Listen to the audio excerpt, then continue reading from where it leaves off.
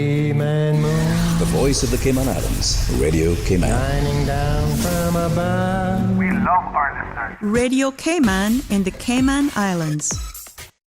In answer to his question about the subjects, There are more questions than answers.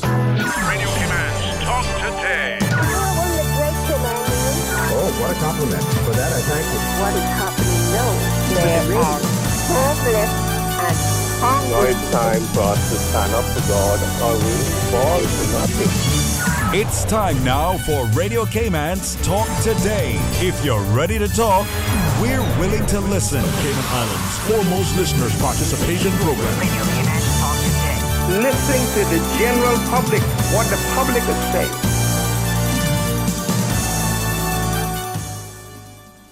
Good afternoon, Cayman, and welcome this afternoon to Talk Today. I am your host, Kathy Miller, filling in for Sterling Dwayne Ebanks. This afternoon on Talk Today, we have an exciting lineup. We have one of my friends, Luigi Moxham, owner of Cayman Cabana and 1345 Collection. We're going to be talking to Luigi about bouncing back in business despite COVID and also the recent storms that keep trying to tear that restaurant and bar down. But in the words of Sizzla, you can't keep a good man down. No. And then from 1 until 2 p.m., we will be joined by Dr. Tasha Ebanks Garcia, Deputy Chief Advisor of Strategic Reforms, and also Director of Travel Cayman to discuss the home quarantine program in the Sister Islands. From 2 o'clock on, we'll be joined by a representative from the Department of Education Services to discuss the 37th Annual Lions Club of Grand Cayman Secondary Spelling Bee Championships. And we're going to take it back to a quick break. Radio Cayman's Talk Today, the Cayman Islands foremost listeners participation program. We ask our listeners to avoid statements or comments which are abusive, derogatory, malicious, or defamatory. Do not use any indecent language or make any statement which is false or misleading. Email talktoday@candw.ky or call 1-800-534-8255. Courtesy of Live Communication. Let your voice be heard. Radio Cayman, talk today.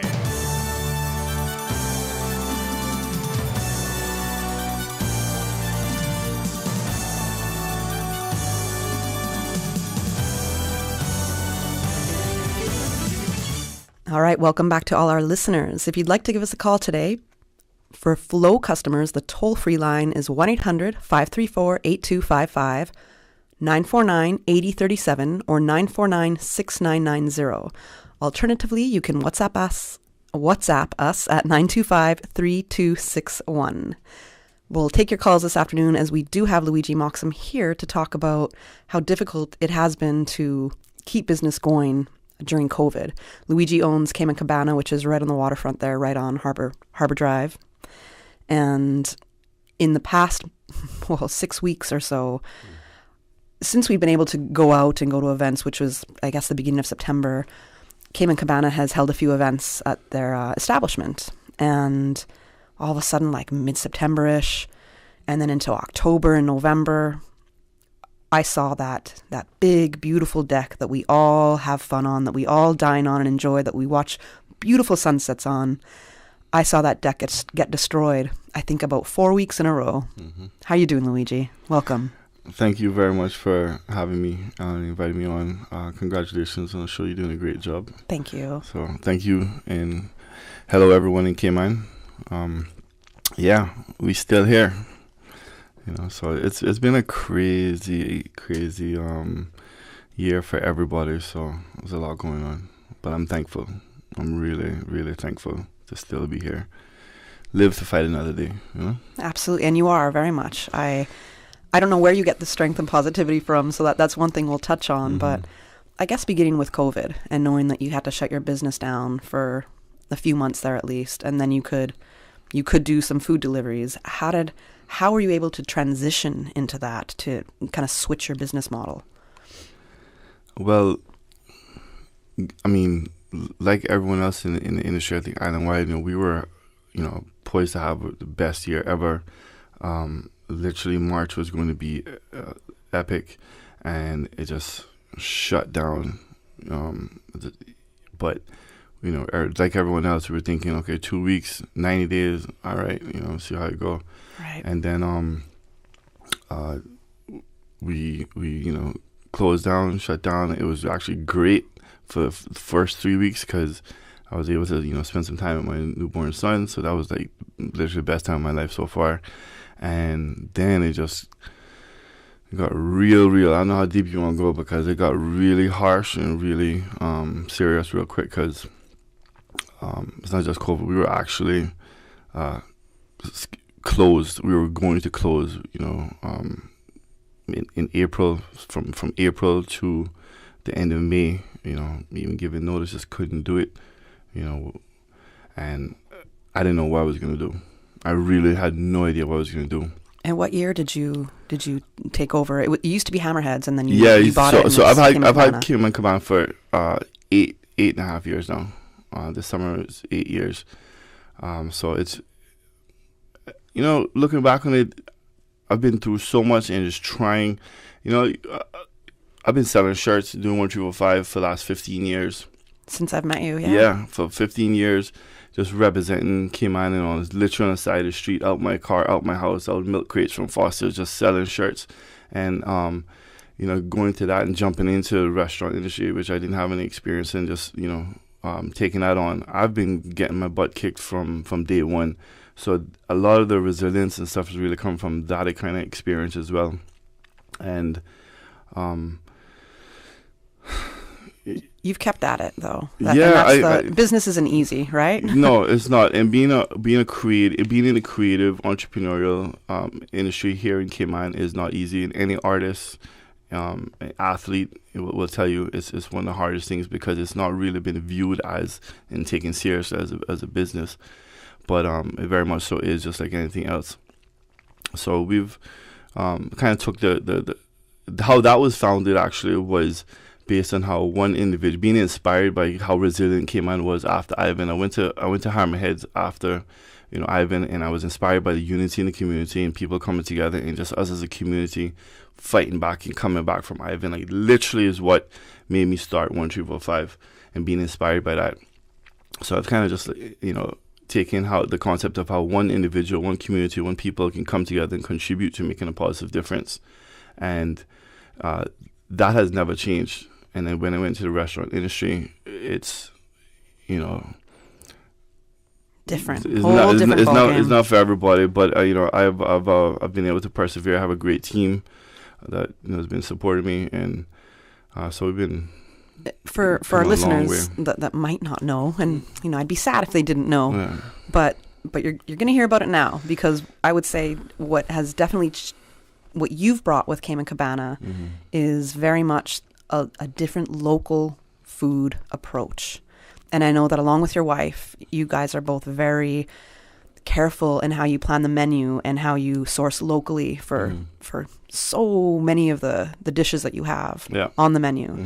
And then you do have the Thursday nights. Right. Well, it's every day now. The farm to table concept is every day. And, again, that comes by, here we are as Cayman. What are we going to do to represent Cayman and be resourceful with what it is that we have available in Cayman? And again, the concept of whether a hurricane or whatever's come by is like, let's just focus on being sustainable and contributing to the community and sharing what the community has to offer with the community and building that and seeing how that's evolved has been amazing. So we've been 7 out of 8 years farm to table, and but again, the concept is just being committed to making the best of what you're working with in Cayman and showcasing and highlighting that, hey, Cayman has a lot to offer. And you may not know it, you may not realize it, but, let's explore and share what Cayman has to offer. Absolutely. Yeah. Like, for example, with coconut alone, how you have been able to coconut flakes on different dishes. Yeah, coconut ceviche and stuff, there's so much that I might not get in a different restaurant, but it's how you guys have presented and prepared the food that's absolutely amazing. Thank you. So I don't want to see that go away at all. Nope. No, when you said that so possibly April, May, you were thinking, okay, we might just close our doors. No, I wasn't thinking. I had no choice. Okay. I had no choice. Like, people don't realize how crazy it was. Then what was the triggering event that allowed you to stay open? I wasn't given a break on my rent. Nothing. Like, it was like towards the end of it, just like really couldn't do nothing. Got notice, and it was literally the day that we were allowed to open up and do deliveries. I was counting down 15, 20 days that I was closing, and nobody knew. And we were like every day that, you know, the phone ringing and people wanted our food and going and delivering, I was so happy and so grateful for that. And we were just doing delivery, you know, a couple of staff, and we were just doing delivery. And but in the back of my mind, like, knowing that we were literally closing up, and I literally packed up the restaurant and moved it over to my print shop. It just, people don't even know. We were packed up. We were closing on May 31st, and I didn't know what to do with myself to announce it or say anything like, hey, we're closing. I wanted to give people, you know, a heads up. I didn't want to just close. Right. But I just, to be honest with you, Kathy, I prayed, and I have some amazing people on my team, as Erica and Sylvia and Ricardo, and we literally just prayed about it and would try to remain confident and positive about it. I mean, it's the harshest. I don't think I've ever been that. It was just hard to think that this is how it's going down, you know. And what was there an event that triggered you to say we're going to stay open? What was that catalyst? I remember going on the front side of the cabana, and I think it was listening to Radio Cayman actually, and something. Like I said, we talk. We've always been like this. We've been find a way to get through. We've been through harder things than this actually, but this just went to a different level. But I just, you know, the verse from Hebrews 11:6, just like, you have to come to God with outstanding faith. You can't just ask and pray like, you know, like, help me. Like, you got to show up and be like, hey, I'm here with outstanding faith, and let you know that I have faith that you will not let me down. And 3 days before, I'm talking about, we packed up. The only thing that was there was just like whatever we were cooking to deliver. We were packed up, and I was finally able to have a conversation with my landlord, and he allowed me to stay for at least for the next month. And I was like, I just gotta make it happen. And I went back, and when I and this was the day after I had to like finally sit down with my staff, and it was like the hardest thing in the world to tell these people who have families and that I'm, you know, dependent on and relying on me to take care of them and their kids, and that we were like packing up, and it was a wrap. There's nothing that we could do, and once we got that green light to just have an opportunity, like, that was the best feeling in the world, and we just jumped right into it and just kept doing what we're doing. And I think people didn't even notice, you know, that was really how serious it was coming down to. No, because you always kept that very positive. Like, what you showed the public was completely different than what was actually going on. It actually, yeah, but it was, yeah. I mean, we gotta go to a quick commercial break. But when we return, we're gonna hear more about Luigi Moxham's story with his resilience in keeping Cayman Cabana open throughout 2020 and all of the hurdles that have been thrown at him and the community so far. You know you've dreamed of that Mercedes, the smooth leather, the style. Ooh la la! With the Lions Club of Grand Cayman Benzarama. Now is your chance to make that dream come through. Get your ticket for the Benzarama fundraiser at Lorna's gas station in Bodden Town, West Bay Esso, Funky Tangs, Reflections, and South Coast Bar and Grill. As well at Event Pro. The Lions Club of Grand Cayman Benzarama fundraiser supports site screening, Christmas deliveries, restoration, and social services. The Benzarama drawing will take place December 5th. All Benzarama tickets bought earlier this year are still valid. Fidelity Bank would like to thank all essential workers. We salute your efforts and thank you for the sacrifices you've made to keep us all safe. During these challenging times we're facing, our top priority is the health and safety of the communities we serve. And while it's true that things are changing rapidly every day, one thing that will never change is our commitment to giving you the best in sound financial solutions to help you during and after the coronavirus pandemic. At Fidelity Bank, our focus will always be you. Fidelity, we're good for you. The Tuesday and Thursday edition of The Business Buzz is brought to you by Cayman Medical Supplies, providing quality pharmaceuticals, medical supplies, and consumer products to healthcare providers, retailers, and ultimately the patients at a reasonable rate in a friendly, caring, and timely manner. Cayman Medical Supplies is located at number 93 Smith Road, Windward Center. Telephone 949-6211. Listen to the general public. Your thoughts are just a telephone call away. 1-800-534-8255. What the public is saying. Let your voice be heard. And now, Radio Cayman's Talk Today.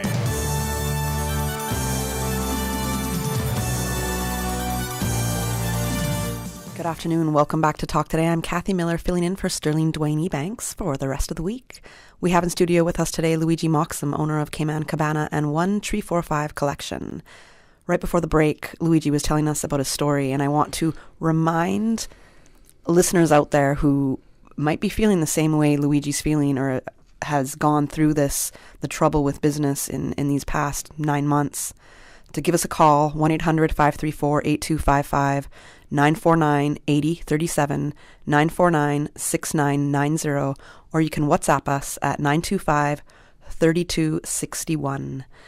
Luigi, thanks again for coming here and talking to us about this. So right before the break, you were saying that you just put really all faith in God, and you got that break in rent that you needed. I got break in rent, but I got a break and have an opportunity to find a way to make it happen.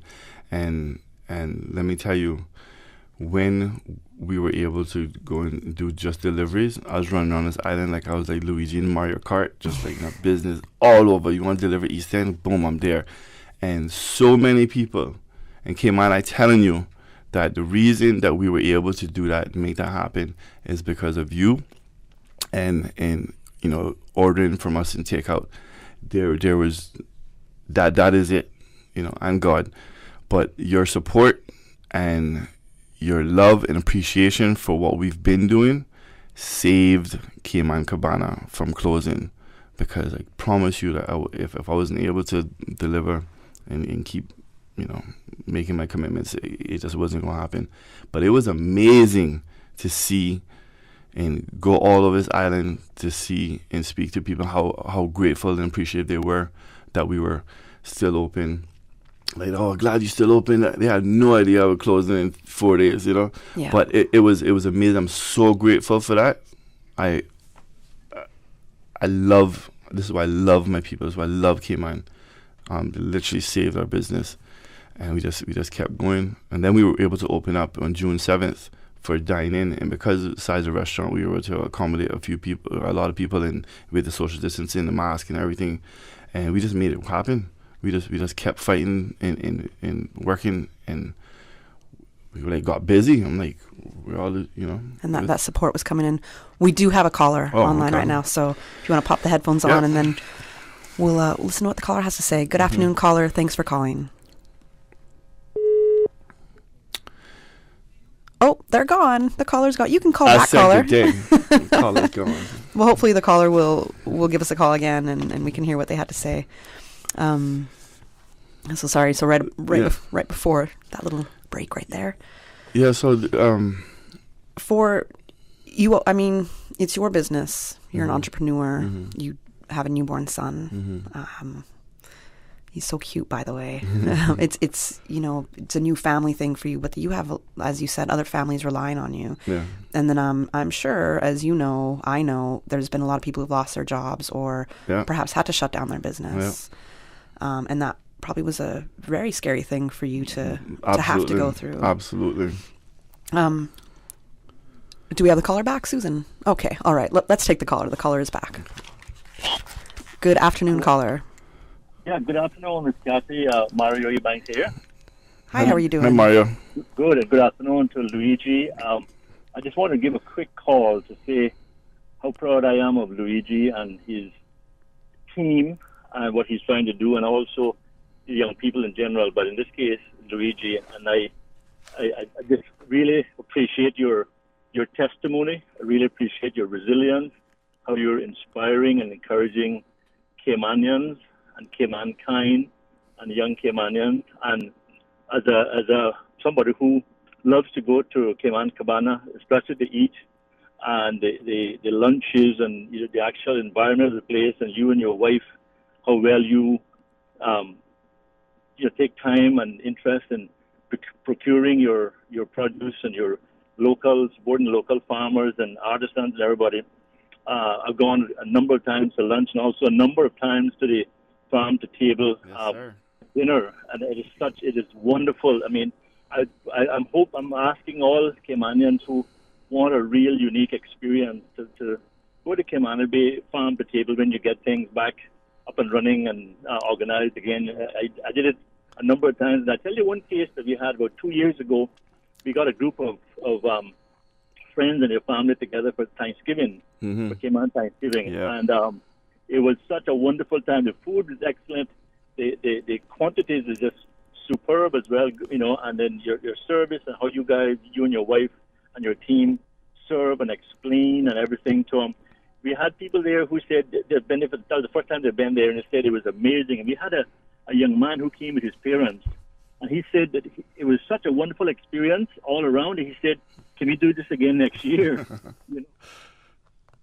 How about next week? Yeah.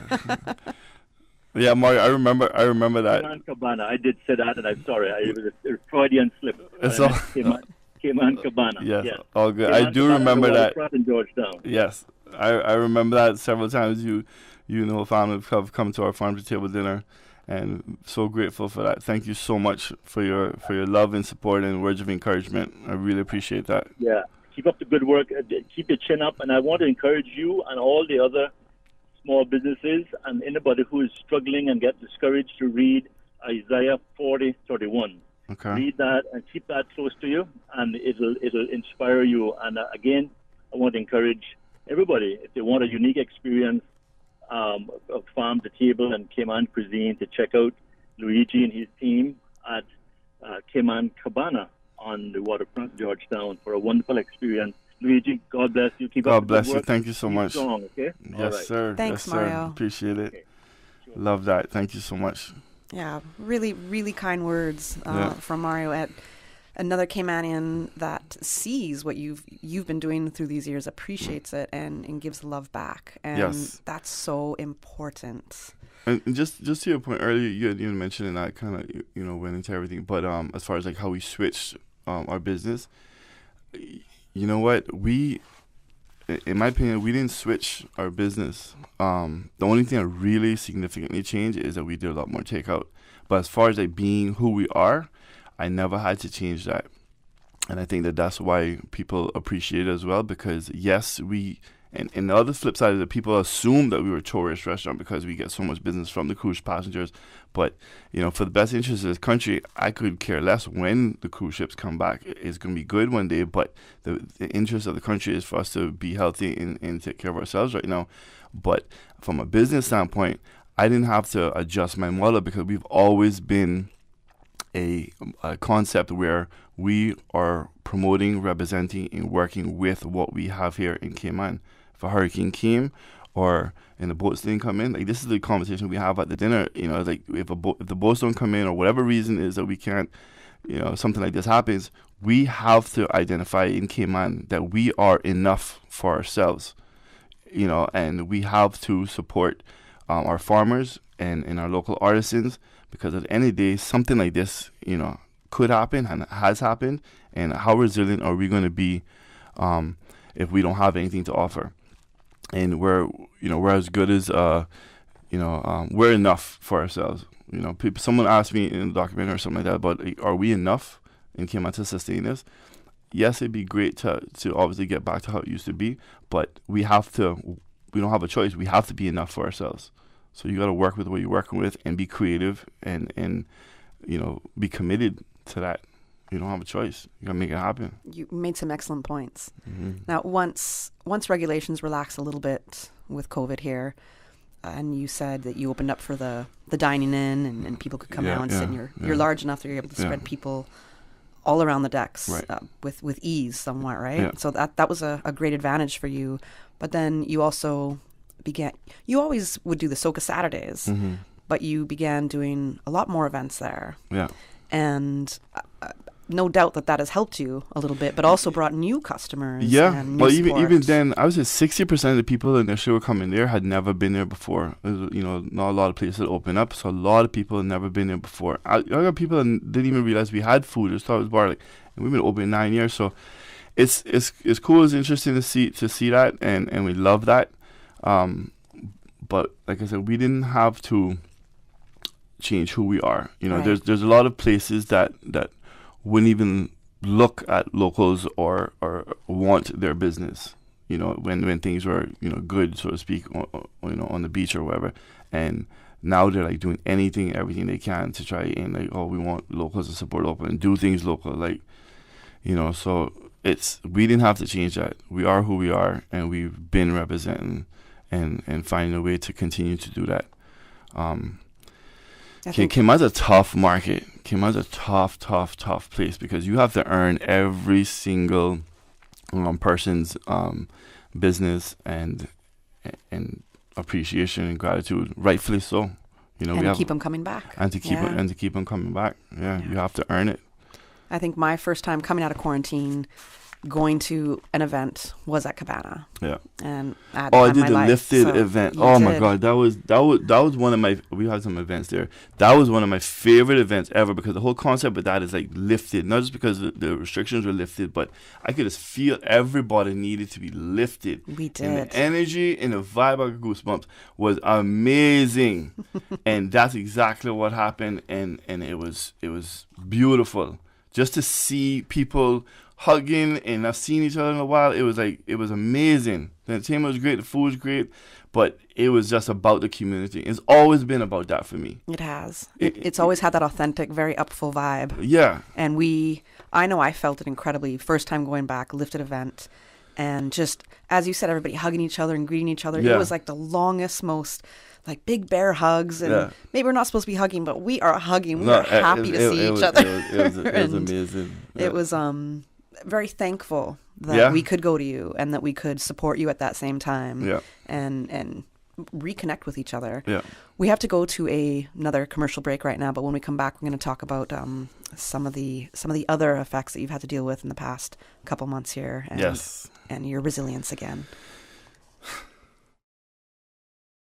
Brand Source Home Gallery is celebrating their 50th anniversary with a 20% store-wide sale starting Wednesday, November 18th through Saturday, November 21st. You heard right. Yes, 20% off everything in store. Plus, a chance to win a $3,400 GE Smart Laundry pair. Shop and save. Celebrate Brand Source Home Gallery's 50th anniversary store-wide sale with 20% off everything in store, plus a chance to win a $3,400 GE Smart Laundry pair. Drawing for the lucky winner of the GE Smart Laundry pair will be held on Saturday, November 21st at 4:30 p.m. Phone 623-5000 for details. Brand Source Home Gallery, Industrial Park, serving Cayman for 50 years.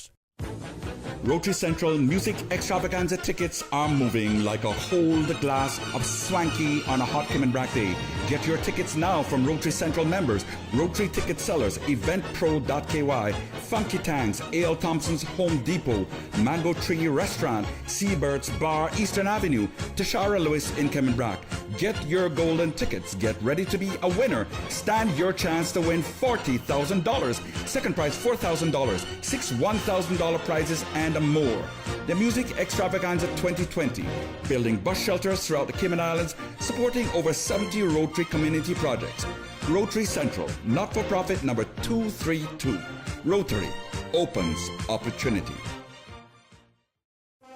Find out about all the community happenings from nonprofit, community fundraisers, church events, and more with Radio Cayman's Community Bulletin Board 3 times daily. Don't be the one to miss out on the latest information for events taking place every day on all 3 islands. Radio Cayman's Bulletin Board brought to you by Savannah Pharmacy in Countryside Shopping Village, just around the corner, with everything your family needs and convenient opening hours. And Royal Medical and Wellness Center in Baytown Plaza. Your health deserves nothing less than the royal treatment. Email info@royalmedical.ky or call 769-6230. WhatsApp available at 922-2119.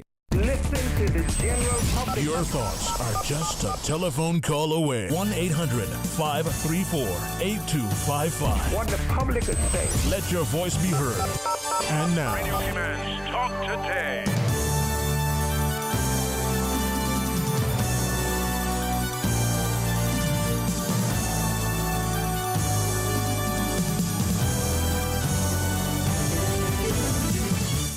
Good afternoon and welcome back to Talk Today. I'm Kathy Miller, filling in for Sterling Dwayne Ebanks. We have Luigi Moxham, who is the owner of Cayman Cabana and 1345 Collection. We're talking about Luigi's resilience, how he's managed to keep Cayman Cabana afloat, per se, we could say that. Literally. And how tough it has been just to operate in this COVID environment and then with all these recent storms. Now, Luigi, the caller earlier, Mario, had mentioned that he considered you a small business, but by definition here in the Cayman Islands, a small business is when you employ up to 12 people, excluding yourself, and you have an annual gross revenue not exceeding 750,000 CI dollars. Right. Now, there has been business incentives given to micro and small businesses. By this definition, are you considered a small business? No, we don't qualify for that because at the time we try to keep as many employees on as possible. So we definitely had more than just over 12, and we do gross more than 750, at least this past year. Okay. So we didn't qualify for that. So that was crazy because it was like. What were your options? Take out. No, but for nothing. Looking for, I guess, help, was it you could only at that point rely on people ordering or takeout from you? Options were just to, just make sure that we maintain having a great product and service and continue, getting support that we were getting from. I couldn't rely. I wasn't relying on the government. The bank certainly wasn't favorable for that. Like, the banks are just not, they'll tell you straight, they're just not favorable for cottage industries, creative industries, and restaurants. And particularly if you're not, already, rich or have a lot of collateral and assets like that. So, no, fortunately. Yeah, it's a hard one if you're kind of stuck between a rock and a hard place. Yeah, we had nowhere to go. We didn't have no choice. To just to fight and survive. In terms of renegotiating loans, I don't know if you attempted to do that or you tried to go to the bank for a loan, but what I understand is there was a notice from the Cayman Islands Center for Business Development, and you can find this as well through Explore. I think it's exploregov.ky/coronavirus. I might have the website wrong. Sorry. Anyways, y'all can look it up on Google for me right now. But there's something about the Cayman Islands Center for Business Development. Right. And it was saying in one of their notices that they're doing business coaching sessions. So they're helping people kind of reorganize their fiscal management and the cash flow and to rethink their business models. Right. And that you, in order to qualify or be able to have granted access to renegotiate loans, you have to do these business coaching sessions. Did you know about this? Is this something that you tried to do? I definitely looked into it, and like everyone else, been waiting to see what was going to happen with it, and then they announced it. I think September or whenever they announced it. and if you were fortunate enough to still be in business, you know, it's great. But it between March and August, I get it. It was all about survival, and I give all the credit to the government in all aspects, from the medical standpoint and just from, you know, trying to keep the business of the government, you know, healthy. I get it, but I just know that it was a lot of people, you know, it's like collateral damage, you know. Yeah. But I think that it is amazing what it is that they're offering and what they're trying to do.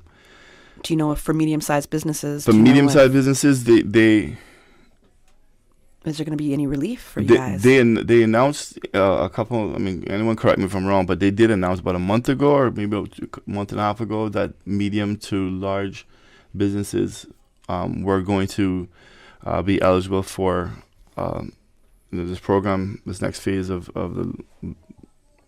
I think they're going to be offering. They're partnering with the banks to offer a government guarantee. I think the government's going to offer a 50% guarantee on a loan and so forth. So we are eligible for that. I haven't heard anything since then, but I'm gonna look into that to see if that makes sense. The issue at the beginning actually was you go to CIDB one and they wanted. Then it sounded good, but then the reality is, you know, to borrow $50,000, you had to provide 100. You had to provide like, I think it was 125% collateral. You had to provide like a lot of collateral or cash. And if I needed to borrow $50,000, then and I got $40,000 secured, that would make no sense. Right. You know, and small businesses don't have that. Exactly. We just don't have that laying around, and so it sounded good, but it just wasn't feasible, realistic. Not to mention the stress and everything that people are going through to try and do all the paperwork and the red tape. And again, I look at this as an artist first, as a business.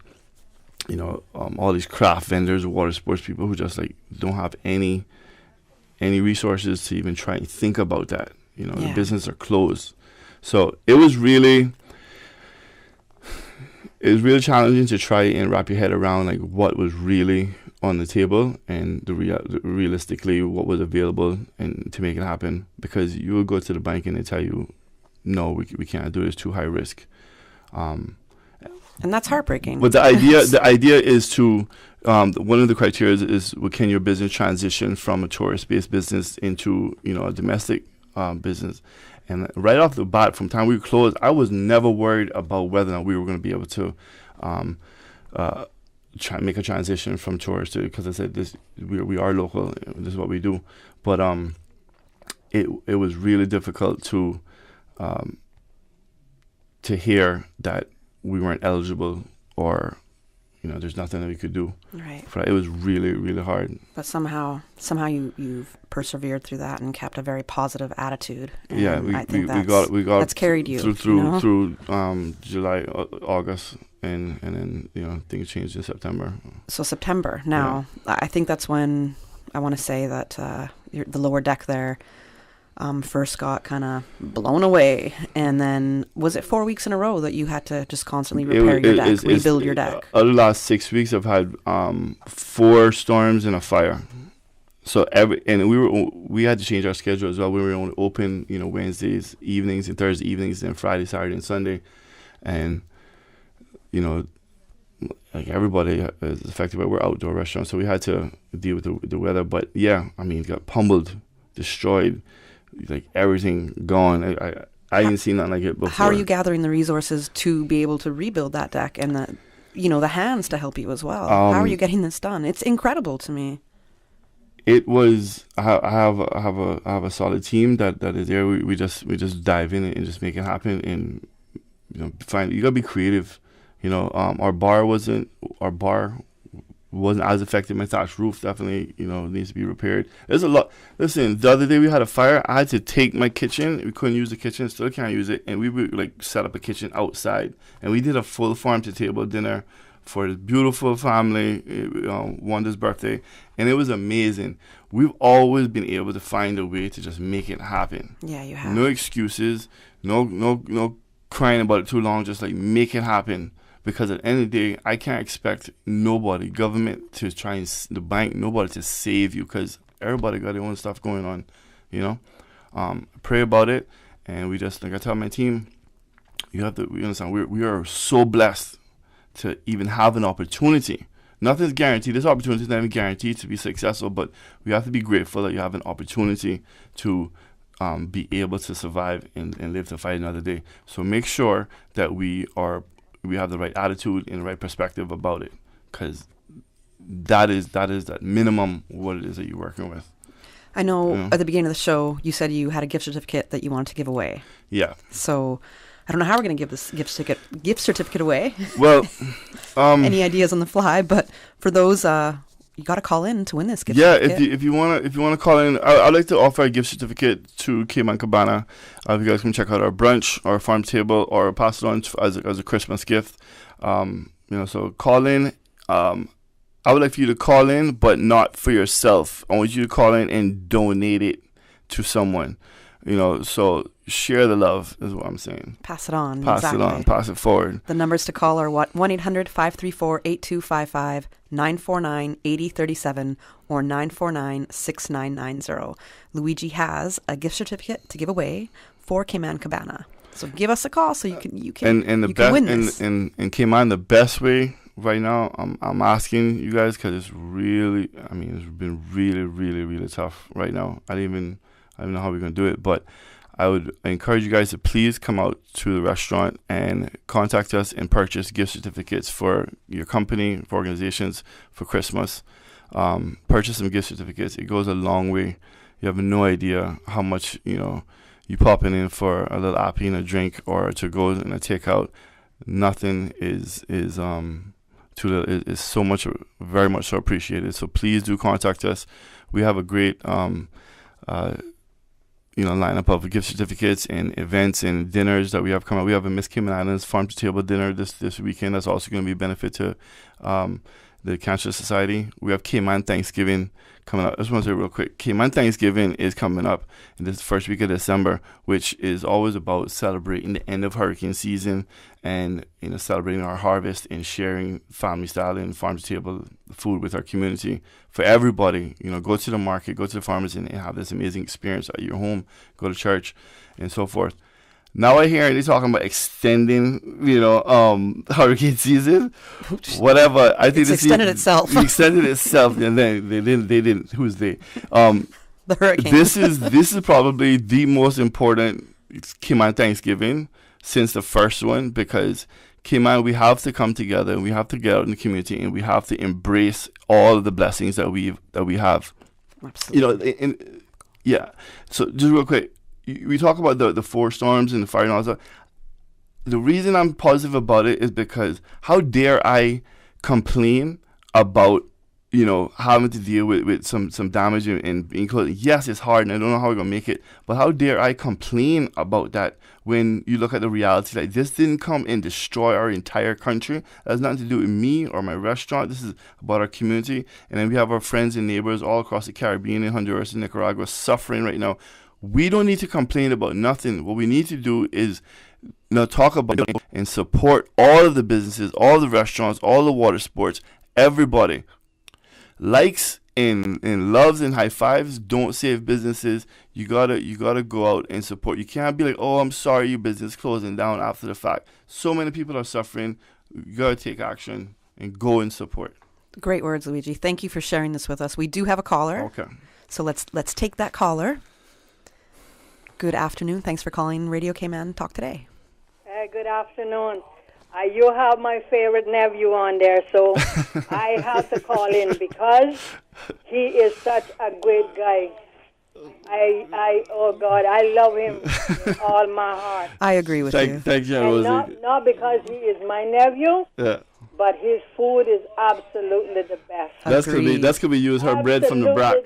All my bread comes from Mount Pioneer Bakery over there. So yeah. I agree. Spread the love. That's for sure. Thank you. And you never give up, baby. Never give up. Never give up. And once you're doing the right thing, God is going to be with you all the way. You're the absolute man. Thank you. Thank you. Thank you for your kind words. Thanks for listening. All right, we got to go to the 1 p.m. headline news right now and then a commercial break, and we'll be back with Talk Today after that. Today's biggest news. Radio Cayman. It's only 2 species that we have here on the island. Your voice, your choice. It is in the best interest of the people of these islands. Local, regional, international. This is Headlines from Radio Cayman's newsroom. Today's biggest news. With your latest headlines, I'm Felicia Rankin-Solins. 86 COVID-19 results released Tuesday are all negative for COVID-19, according to public health officials. 872 people are in isolation. The islands have seen 257 cases of COVID-19 to date. 2 deaths and 241 people have recovered. There are 14 active cases. 1 is symptomatic. In international news, U.S. safety regulators have cleared Boeing's 737 MAX plane to fly again, lifting grounding orders put in place in March 2019 after 2 deadly crashes. A former Mexican defense secretary arrested in the U.S. last month on charges of being a drug cartel boss is going to be returned to Mexico with a promise by Mexican authorities to investigate him. General Salvador Cienfuegos Cepeda, Secretary of National Defense in Mexico from 2012 to 2018, is accused of taking bribes in exchange for permitting a cartel to operate in Mexico. An app that aims to translate your cat's meow has been developed by a former Amazon Alexa engineer. Meow Talk records the sound and then attempts to identify the meaning. The cat's owner also helps to label the translation, creating a database for the AI software to learn from. Currently, there are only 13 phrases in the app's vocabulary, including feed me, I'm angry, and leave me alone. These are your headlines. I'm Felicia Rankin-Solins. For the latest in news and information, follow Radio Cayman on social media, Facebook, Instagram, Twitter. Download the Radio Cayman app or log on to our website, radiocayman.gov.ky. Your voice, your choice, your radio. The new Self-Help Community Foundation presents the 19th Annual Talent Exposition of the Arts with their first ever virtual concert. Get your tickets now at eventpro.ky. Streaming live on December 13th. You don't want to miss this. With performances by Erica Asai, Caitlin Tyson, Miss Universe 2018, Rico Rolando, Terry Williams, UCCI dancers, Lloyd Barker, Rita Estevanovich, Dream Chasers Cayman, Mariah Padwa, Shantae Ramoon, Duncan Anderson, Cayman Music School, Soraya Anglin, Centerpoint Dance Company, Richie T, JC Patrick, Miss World Cayman, and more. The Talent Exposition of the Arts, first ever virtual concert, broadcasting live December 13th. Get your tickets today at eventpro.ky.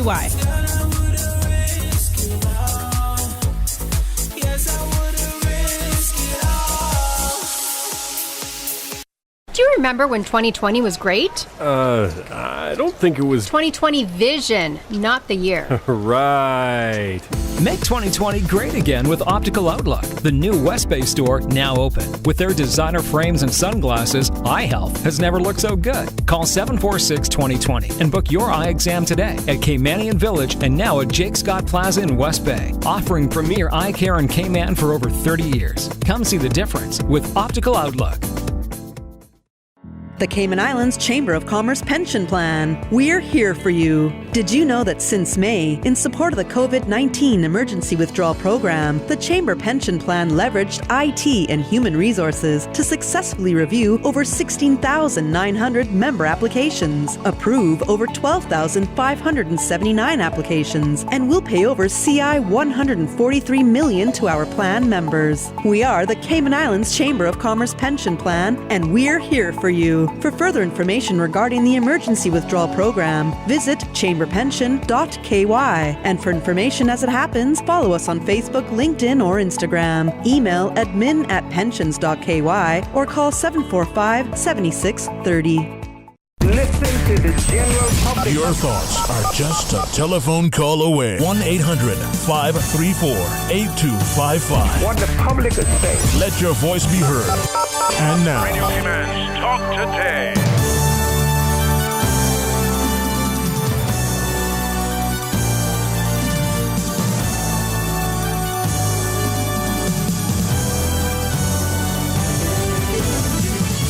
Good afternoon and welcome back to Talk Today. I'm Kathy Miller, filling in for your regular host, Sterling Dwayne Ebanks. I will be with you for the rest of the week.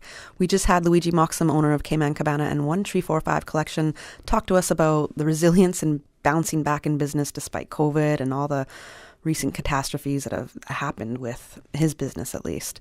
He does have a gift certificate for giveaway. You can call in. We're going to spread the love with a gift certificate. That's what he wants. Just leave your details with Susan and we'll choose a winner that way.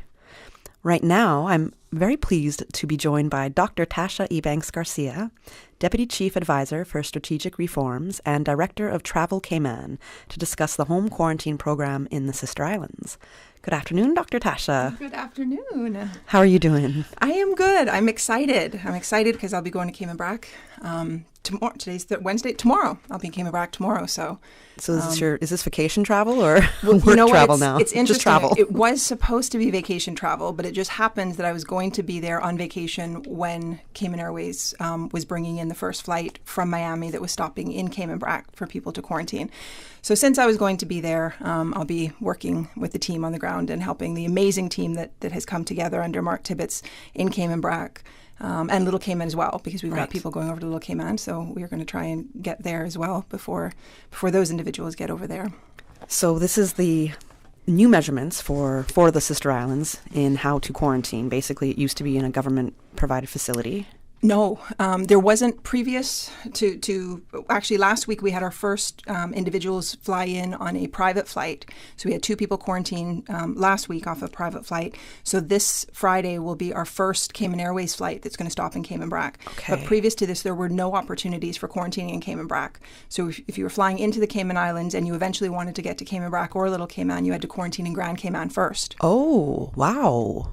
Okay, yeah. I did not know that one. Okay, yeah. I got that info wrong. Thank you for clearing that up for sure. So the Sister Islands program is based on the pilot program in Grand Cayman. Yeah, so on September 17th, we tested out our program in Grand Cayman with a small number of people that came off of a flight on September 17th. And then October 1, we launched the pilot for the Quarantine at Residence program in Grand Cayman. And so we've been running that now for just over a month and a half. We've had since then 1,068 individuals quarantine at their personal residence or at a personal facility that they've rented. So some people are renting Airbnbs, or they're renting a lot of them through Airbnbs or condos on the beach for their quarantine. So we've had 1,068 individuals come through since the start of the program. And based on the structure that we've built in Grand Cayman and the refinements of that structure through the delivery and through looking at lessons learned and capitalizing on those opportunities to improve the program, we've developed a program for Cayman Brac and for Little Cayman. And we've got a team in Cayman Brac and Little Cayman that's been working with us. And some of their members came over to Grand Cayman for training. We've sent some of our people over there, and then a couple of us will be over this weekend for that flight and to continue the training. But an amazing team in Cayman Brac and Little Cayman that's Excellent. leading this. So for Grand Cayman, was there any issues with that, deciding to quarantine at home or a place of your residence or somebody else that maybe that's an approved facility to quarantine in? Was there any issues that we had with that? Did anybody break out of the quarantine? Were we able to control that effectively? Yeah, I mean, there's been some challenges, and I think part of the challenge with quarantine, when you talk about it's 14 days of quarantine, but 14 days actually equals almost 16 days of quarantine. Right. So the day that they arrive is day 0. So you count 1 from the day after you get here. On day 15, you have your PCR test, and those results, HSA has done a phenomenal job of turning around those results, and they work well into the night, processing those swabs, those samples. And so people will start to get off-boarded the evening, all the way up to midnight and beyond on day 15, and the remaining people by noon on day 16 are usually released by then. So 16 days is a long time. And in talking to some individuals, really, it's more psychologically challenging than I think people realize that it was. And I mean, most of us have experienced shelter in place, but I had my name day. So we were able to get out, or we had, 90 minutes of exercise time that we could take part in, and then during parts of our shelter in place, we had beach days sometimes. Right. So, that's very different than telling somebody you need to stay inside for 16 days and you can't leave. Where they have a standalone home and they have a yard, they can be in their yard space. But a number of these people are staying in apartments, condominiums. They may have a balcony that's approved for them to go on. But that's a small space, and that's a long time. And if I think about myself in a condo, I have a very small backyard space, but there's no fence between me and my neighbors. So you couldn't go in your backyard space. Yeah, that would make me sad. Yeah, very much so. And my dog, she wouldn't be able to be with me. No, she wouldn't, and that's the other challenge. So I think it's the reality of what quarantine means, and I think the challenge is that our airports are still closed. These are repatriation flights. Right. We're still encouraging people to think of this as it's travel for essential purposes. It's not travel for leisure. It's not travel because I want to go shopping or I need to get off the island. It's still about thinking about, do I have to travel? Do I want to put myself at risk? And do I want to go through the discomfort? Because this is not, quarantining for 16 days is not a comfortable process. And, you're talking about with your dog, if you live like you do, in an apartment, if your dog is trained to relieve themselves inside, you can keep your dog in quarantine with you. But if your dog needs to be walked and you're in an apartment complex, your dog can't quarantine with you. Right. So then it's thinking about, okay, well, what do I do with my dog when I'm coming back to quarantine? If you have a house with a yard that's fenced in so that your dog will not be in contact with any other dogs, okay, so then you can quarantine with your dog in that accommodation. Right. But there's a lot of thought that needs to go into it's a commitment to quarantine. So it's not like, let me travel, let me go, go to Miami, go to the UK or come back. It's a commitment to quarantine. And that's a pretty big commitment, lots of things to think about. Even things, encourage people before you enter quarantine, think about, are you on any medication? Making sure you have a sufficient supply of medication, or we do have provide information for how to get refills. But again, all of that should be planned ahead of time. How are you going to get groceries? Right, if you have a specialty diet that you need to keep on, it's different things. So it's very important. Is this necessary for you to do? Yeah. And that's what it really comes down to. And I myself had to make some very necessary decisions in that sense. Okay, I cannot leave Ireland for these reasons, and luckily there hasn't been reason enough for me to go, thankfully, with my family. And they're in Canada, where it's 600 cases a day where my mom lives, and she's 70, and I could not imagine. I don't even want to risk going there. Mm-hmm. She wanted to come to the Cayman Islands. I'm like, you can't. You are not allowed to get on a plane. Yeah. I don't want you risking anything like that. It's ridiculous. I'll see you when we can, and I have faith that everything will happen and it'll be good. And there's vaccines coming. I think it's a little too, in my opinion, and from several doctors that I've spoken to, it's a little too early for us to really know how these vaccines will be effective. We still have to give it a little bit of time. But there's so many different facets that you have to think about. But for those repatriation flights, I think it's a lot safer for people coming from the UK, the US, wherever it is in the world, that it's way worse. That if you can come home to the Cayman Islands, just stay in that quarantine for 2 weeks, but still live somewhat comfortable. We're in a bubble, and we're very lucky. We're lucky. Yeah. A lot of thanks to you and the measures that you've helped put out there and the rest of government to help us get where we are, and everybody's worked together. We're a society that listened, and that's very important. We have to go to a quick commercial break at this moment, and right after that, we will be back with Dr. Tasha Ebanks-Garcia as we're talking about the quarantine measures in the Sister Islands. Gather your mateys and rev your engines for a chance to win $4,000 cash. Participate in the first ever Find the Booty Pirates Week scavenger hunt, Saturday, November 21st. Scour the island districts for clues, challenges, and much more. Teams of 4 with 1 car are allowed to enter the Find Your Booty Pirates Week scavenger hunt. Only $100 entry fee per team. Get your tickets from eventpro.ky. For more details, email events@piratesweekfestival.com. Ours! Digital is not a buzzword, it is a culture. At Digicel, we've made it our mission to enrich your digital lives. That's why we're bringing together more of all the experiences you love. The latest shows, the best of local and international music and radio, live sports, cloud storage, breaking news, HD video chats, and more. Welcome to Digital at Digicel, the Caribbean's fastest mobile network. Digicel, better together. Stronger. Wider, higher, lighter. The all-new Ford Ranger Raptor. Powerfully built with a 2.0 diesel Panther engine and 210 horsepower. Modern with leather interior and 8-inch touchscreen, Sync 3 technology and power features. Tough, built to handle the off-road with 4-wheel drive, terrain modes, and a 10-speed automatic transmission. Coming early October to Vamped Motors, Walkers Road. To find out more and to test drive the bold new Ford Ranger Raptor, visit Vamped Motors, Walkers Road, or call 949-8288. That thing we've been saying for 64 years, ignore it. Eat the KFC wings, drink the KFC gravy, fill up on fries. Just please forget the thing we normally suggest. You know, that thing you used to do with your tongue after finishing a delicious piece of our KFC chicken. We get it. It's not easy. There's a reason why it's been our slogan for over half a century. But the world's drastically changed of late, and as soon as we can embrace the change, the sooner we can all get back to doing what we do best. KFC. It's good. Listen to the general public. Your thoughts are just a telephone call away. 1-800-534-8255. What the public is saying. Let your voice be heard. And now, Radio Cayman's Talk Today.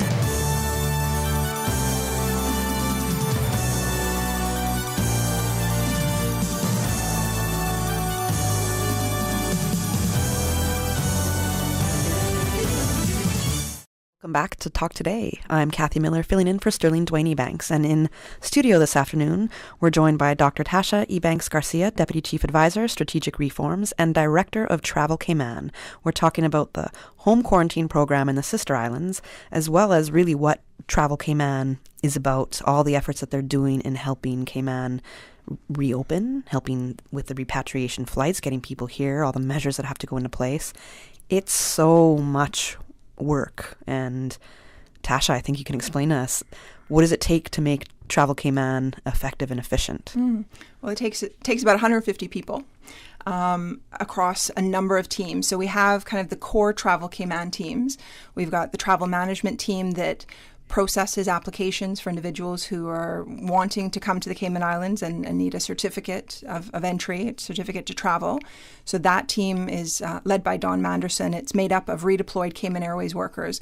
One of the things that this program has done is really brought together the civil service, the public service, as well as members of the private sector that have joined forces with us, if you will. Excellent. Because it's taken, you mentioned before the break, kind of the team effort, and it has taken a team effort, and it's really brought a number of groups of people together working collaboratively. And Cayman Airways has done a phenomenal job of stepping up and really supporting this effort. So the travel management team, led by Don Manderson, is all redeployed Cayman Airways workers who are doing an amazing job of helping to processing all those applications for travelers and helping them with their application to enter the Cayman Islands. And a big part of that application process is the vetting that CBC does. And again, that partnership with CBC, supporting us, CBC, and work to review applications where people have said that I'm a Caymanian, I'm a PR holder, I'm a work permit holder, to make sure that those persons are actually Caymanians, work permit holders, or PR holders. And approving them to come in, as well as we have a team that does inspections. So we've got a team from travel management. We've also got our mobile compliance team, which I'll talk about, and they do a lot of the inspections, but also partnering with the Department of Environmental Health to help with those inspections for properties for quarantine. Okay. Yeah. This is what the inspections are on, the home quarantine. Okay. Yeah. Perfect. So we have a standard for what is expected, what you need to have in terms of your quarantine facility. And so we do inspections to make sure that they meet that standard, properties that you can quarantine for up to around 16 days. And that enables you to quarantine safely for that period of time. So we've got the travel management team. Once somebody arrives on the island and goes through the airport process, which we've got some really positive feedback about the airport process. Can you explain that a little bit? What that like, I'm on the plane, I'm about to get off. Yeah. Can you take us through what those steps might be? So I want to start by saying Jason DaCosta and Eric Nicholson, they were the project managers for this, and they did a phenomenal job of working with the various stakeholders, particularly the Cayman Islands Airports Authority, working with them to figure out how do we get, right now we're moving, the most travelers we've moved through the airport was 212 individuals off of a BA flight one Thursday. And so when they come in, we have in what we're calling our verification hall, the first area where they come into the airport, we have the travel management team that's there, and they're going through the list and making sure that people are actually authorized to enter the Cayman Islands. And we sort people by whether they're going to quarantine at residence or whether they're going to a private facility or a government facility. Those that are going to quarantine at residence, then they will go into a separate line where they will then be fitted with their smart wearable and given their device that will enable them to be geofenced into their quarantine accommodations. I just want to put an end to some of the rumors that are out there. So can you take this device off and just leave your home and that's that? So the device itself, it looks like a hospital bracelet. Okay. And the only way to get it off is if you cut it. And it has a sensor that runs all the way around it so that if you cut it, there's an alert that will go to the government-issued smartphone that we give you that then goes to the servers, that goes to our monitoring team that says you've got a damaged bracelet. Right. And then we've got a team that goes out, will call you and see what's going on. Is an accident happen? You accidentally cut it off while you were, making dinner, cutting, onions. And we have a team that will go out and if there is a defect or, something was an accident, replace your bracelet. Have you had this incident happen? We haven't had anybody cut their bracelet, no. That's great. No, nobody's tried that one. So we can put an end to that rumor and the misinformation that people are putting out there about this bracelet. You cannot just easily take it off. There is an alert that goes out. You will be found very likely right away. Yeah. Yeah, it does location tracking. So if you left your place of residence, we'd actually get an alert that you've left your geofence. Okay. And then we'd be able to track kind of your trail of where you've gone or where you're going, and we will catch you. Yes. So you get your bracelet and the smartphone at the airport, and then everybody goes through passport control. Everybody is tested for COVID-19 at the airport. HSA is there, and they're set up, and they take swabs at the airport. You get your luggage, and then we've arranged for authorized transport. So to ensure that people are going where they're supposed to be going, we are working with the taxi drivers as well as the bus companies to make sure that people are getting to where they say that they're getting. And we get everybody to quarantine, whether it's at a private residence or whether it's at a government facility or their quarantine at residence, their home location.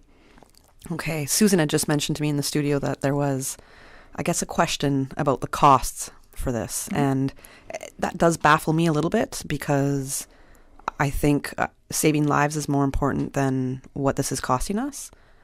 But there previously, if you did leave the island, I had a roommate, for example. She left the island on her own. She was advised not to. Her job was like, we can't tell you to stay here, but if you're going to go, we don't know if you can come back. And unfortunately, to me, it was unfortunate that her employers had to pay for her quarantine facility, which was, upwards of $2,500, maybe around $3,000 for the 2 weeks or so. Because to me, she chose to go, no matter what, on a leisurely little vacation. That was what that was, and her employers bared the brunt of it. But is there any other costs involved for the person who has to, I guess, quarantine in a private residence or? Yeah, so right now there isn't. The cost of the geofencing technology, the cost of the smart wristbands that we use, it's because that information is commercially sensitive. I can't tell you what it costs, but I can tell you that it doesn't cost a whole lot of money. It's quite cost effective. What we're looking at right now in terms of transportation, because currently the government is supporting and covering those costs as we look for a sustainable solution for transporting travelers from the airport. And again, to your point about safety first, it was, we didn't want travelers to be using cash and there to be a transfer of cash that had been overseas. Then it was looking at, okay, if travelers are using the bank machine at the airport, then how do we do that to make sure that's safe? How do we still, because at the airport, our process still requires people to maintain social distancing. So how do we do that? So there's a lot of things to think about. Yeah. How do we ensure that if they get in a cab, the cab is going to take them where they're supposed to go and not take them someplace else because they've asked the cab, I've hired you, please take me here. So lots of things to think about. Let me stop and get some food or say hi to my aunt. Exactly.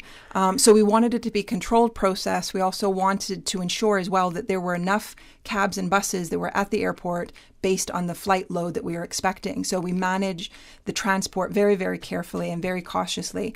But there is work being done right now to look at a sustainable solution for transport. So that would be a cost that would be borne by the traveler, which makes sense because that's a cost that's always borne by the traveler. The government is looking at kind of a fee for this, but it's not anything in the thousands. We're talking probably a couple of $100s as part of the fee because there's the PCR testing as well. So we do PCR testing on arrival, PCR testing on day 15. That comes, with a cost. So. And right now the government is bearing those costs as well. Right. But doing an excellent job because we had only our second death this week, right? The first one wasn't a resident of the Cayman Islands, and then unfortunately it was the second death being a traveler who returned home. And so it wasn't a community transmission case at all. And it's very sad, but still it's very possible it could still happen. So no matter all the measurements that you put in place, it's a very real thing. And we have to. And you blew me away when you just talked about the money situation. So where the traveler is getting the money, if they got it overseas, or how they're going to deal with the bank machine at the airport. I would have thought to think about something like that. So there's so many things that I'm sure a lot of us aren't considering.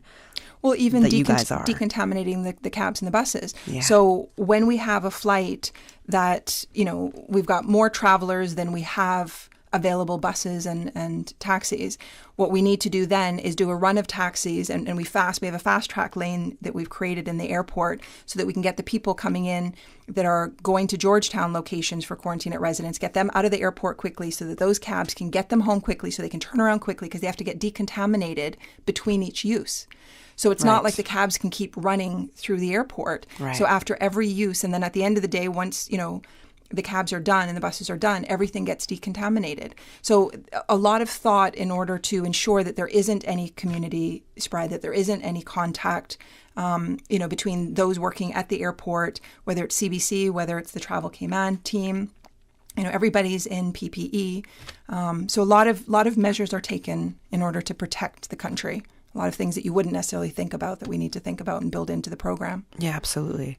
So with the travelers that are coming now, can they opt to stay in a government provided facility for quarantine measures still? Caymanians, PR holders, and civil servants. So we've got some areas of government are bringing civil servants back, or they've been doing recruitments over the past few months, and some new civil servants will be joining us. Okay. So they have access to the government facilities.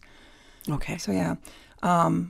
So I know we're going to a break shortly. So that was the travel. So I only talked about the travel management team. So that was one team out of like the 150 people and across many teams.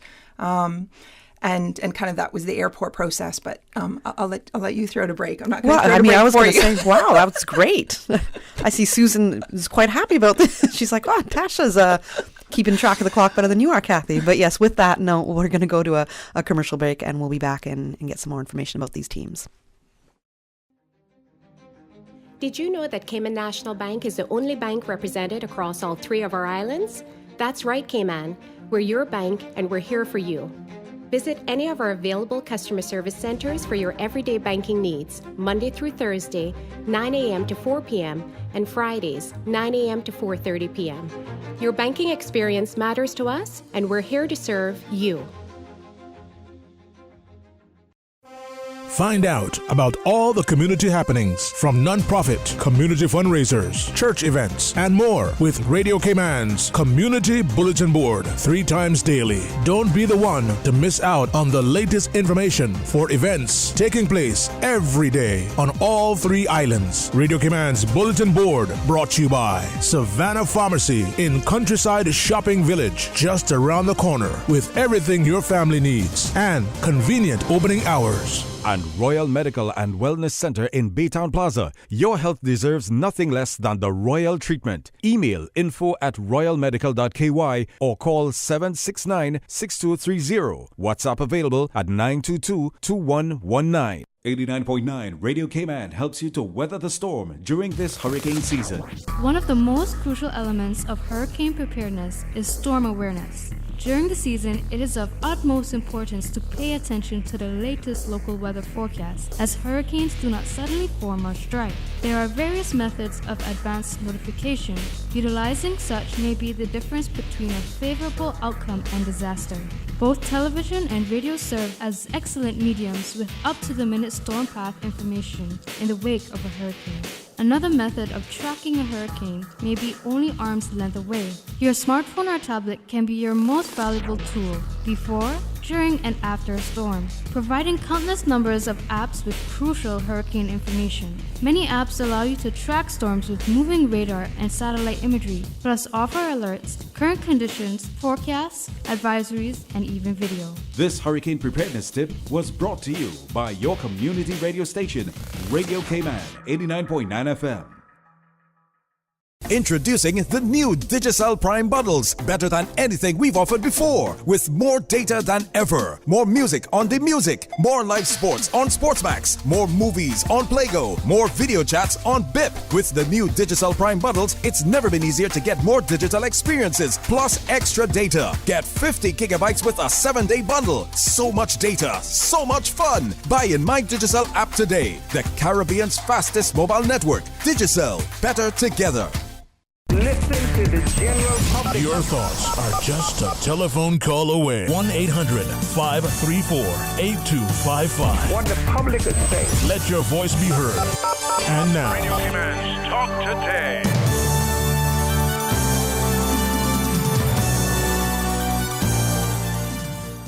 Good afternoon. Welcome back to Talk Today. I'm Kathy Miller, filling in for Sterling Dwayne Ebanks. We have Dr. Tasha Ebanks Garcia, Director of Travel Cayman, which is a big team of about 150 people. Dr. Tasha, let us know. If you do have any questions, do give us a call at 1-800-534-8255 or 949-8037 or 949-6990. And you can WhatsApp us your questions at 925-3261. A warning, I don't always look at the WhatsApp, so I would prefer the actual telephone call if you want to do it. So Tasha, you were telling us before the break at least about the travel management team. Yeah, so we got through the travel management team. So once a traveler lands, then the travel management team has done their job. They've got the traveler here, and then they continue to work with travelers who are overseas that are looking to come home or come visit the islands. And then once they get here and they're in quarantine management, so we have a quarantine management team, and that's made up of a number of different teams. So we have our monitoring team. So we talked earlier about the smart wearable, and it speaks to a phone that speaks to the servers that show up on a monitor. So we have a team of individuals, again, redeployed Cayman Airways staff. So again, Cayman Airways really, really came through for us. And they spend 24 hours a day. Somebody is looking at these monitors and checking for alerts. So if somebody's smartphone that the device speaks to, if it goes below 30% battery, there's an alert. If the wearable stops speaking to the phone because the phone's too far away from it, we get an alert. If the phone stops speaking to the servers, there's an alert. If somebody goes out of their geofence, there's an alert.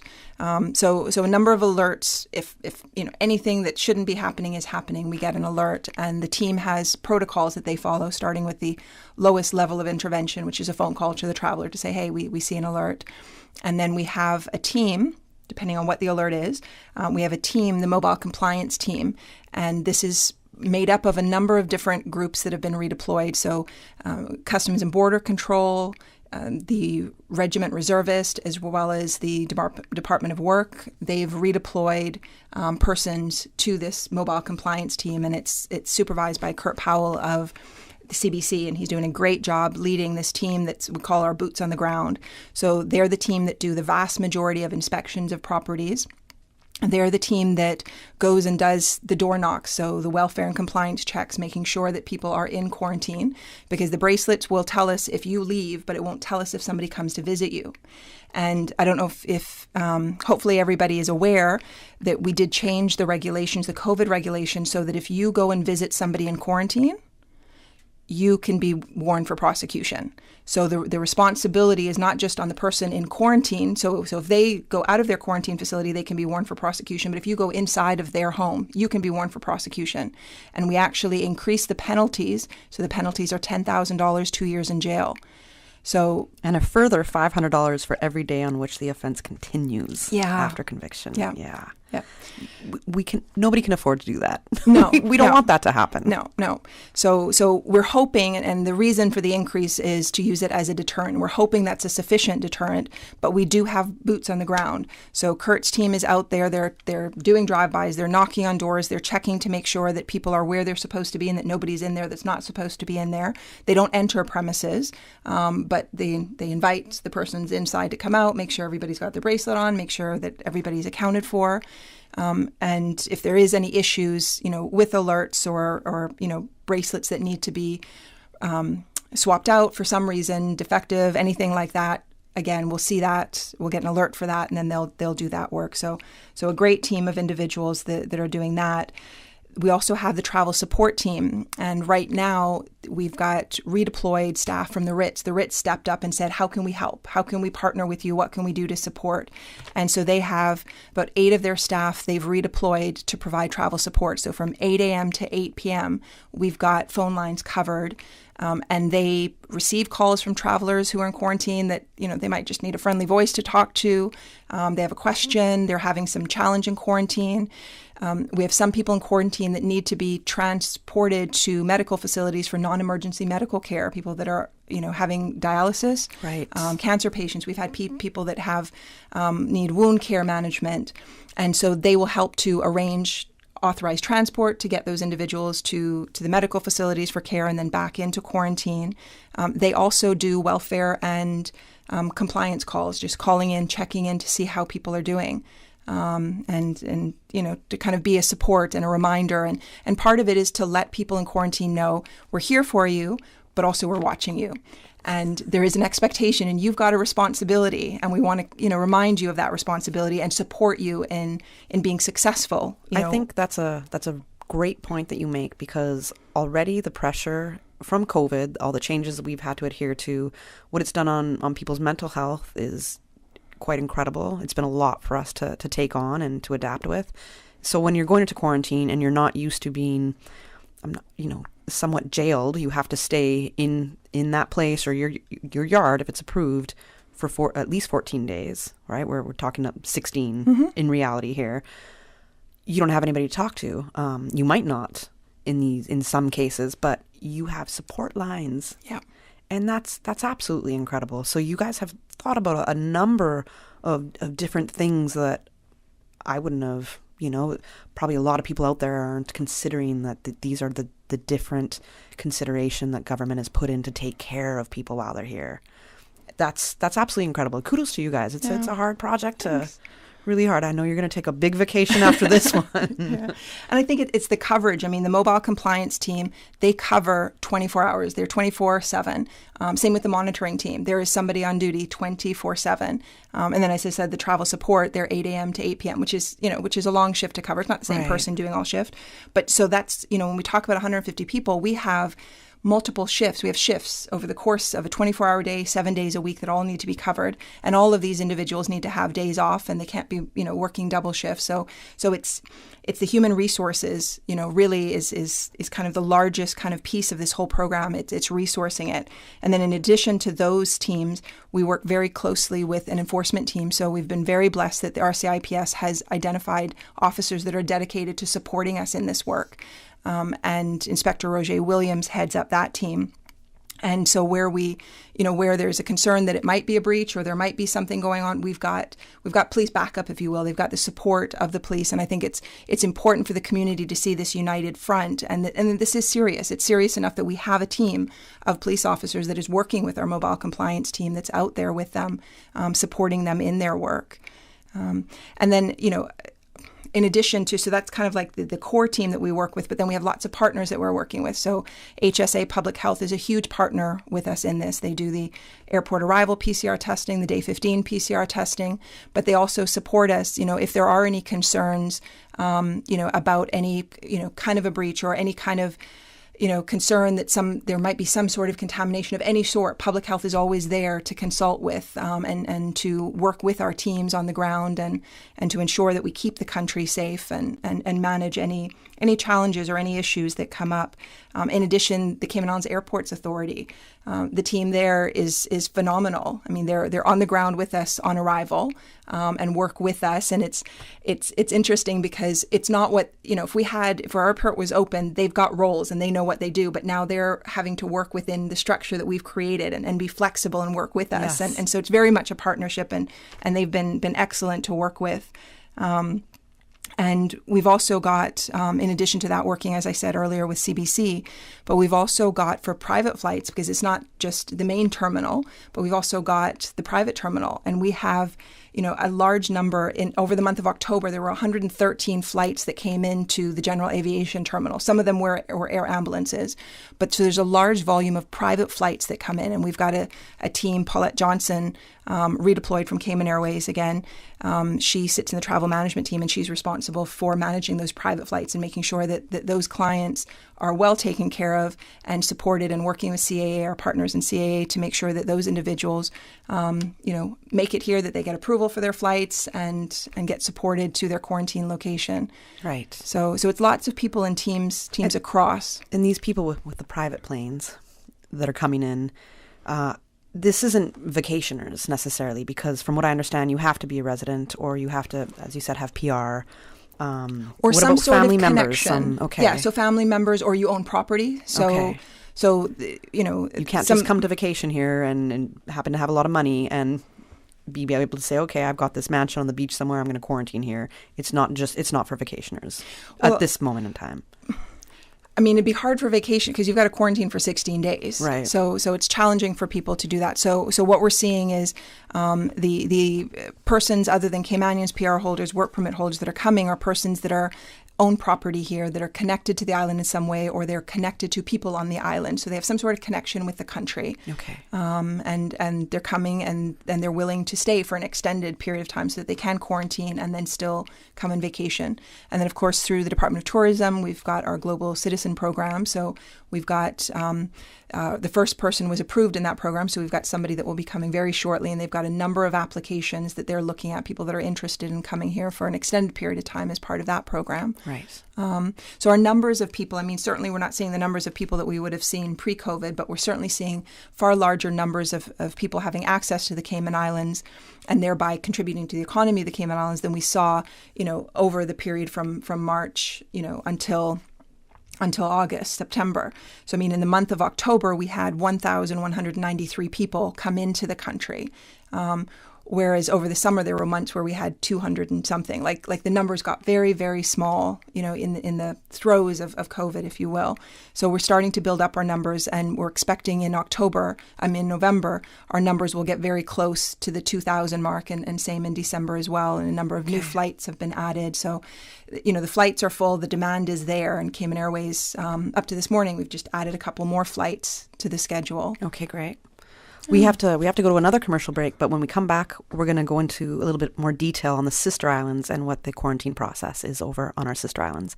We'll be back shortly. Maintaining a strong mind and body through sports and general healthy living is a good course of action. But what about your spiritual man, your inner man? He has to be awakened, fed, exercised, strengthened, and led according to the will of God.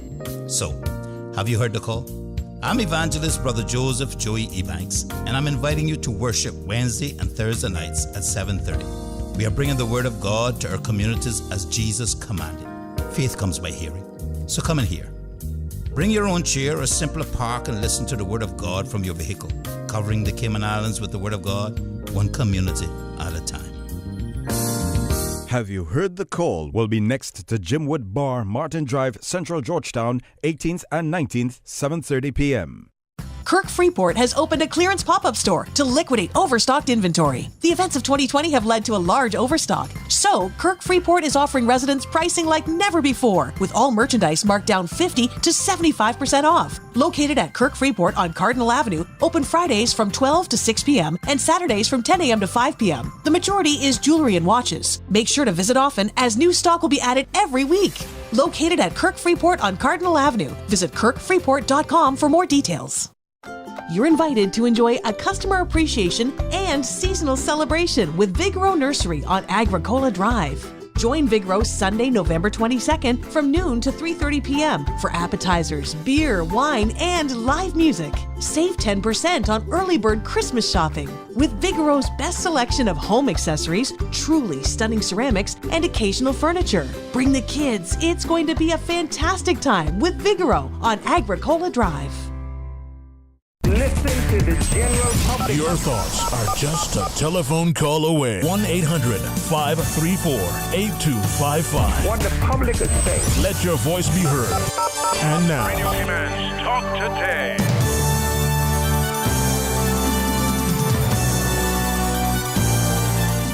Welcome back to Talk Today. I'm Kathy Miller, filling in for Sterling Dwayne Ebanks, and we have Dr. Tasha Ebanks Garcia, Director of Travel Cayman. We were discussing what the travel management team does, a couple of other teams now, I forget the names of it, but it's all about, it's all the steps that are being taken to ensure that people are safe when they come to the Cayman Islands, how they have to quarantine, what's all involved, all the different teams that are involved to make this happen and make people safe, how the private sector's gotten involved, how people have been redeployed. To me, it's pretty amazing.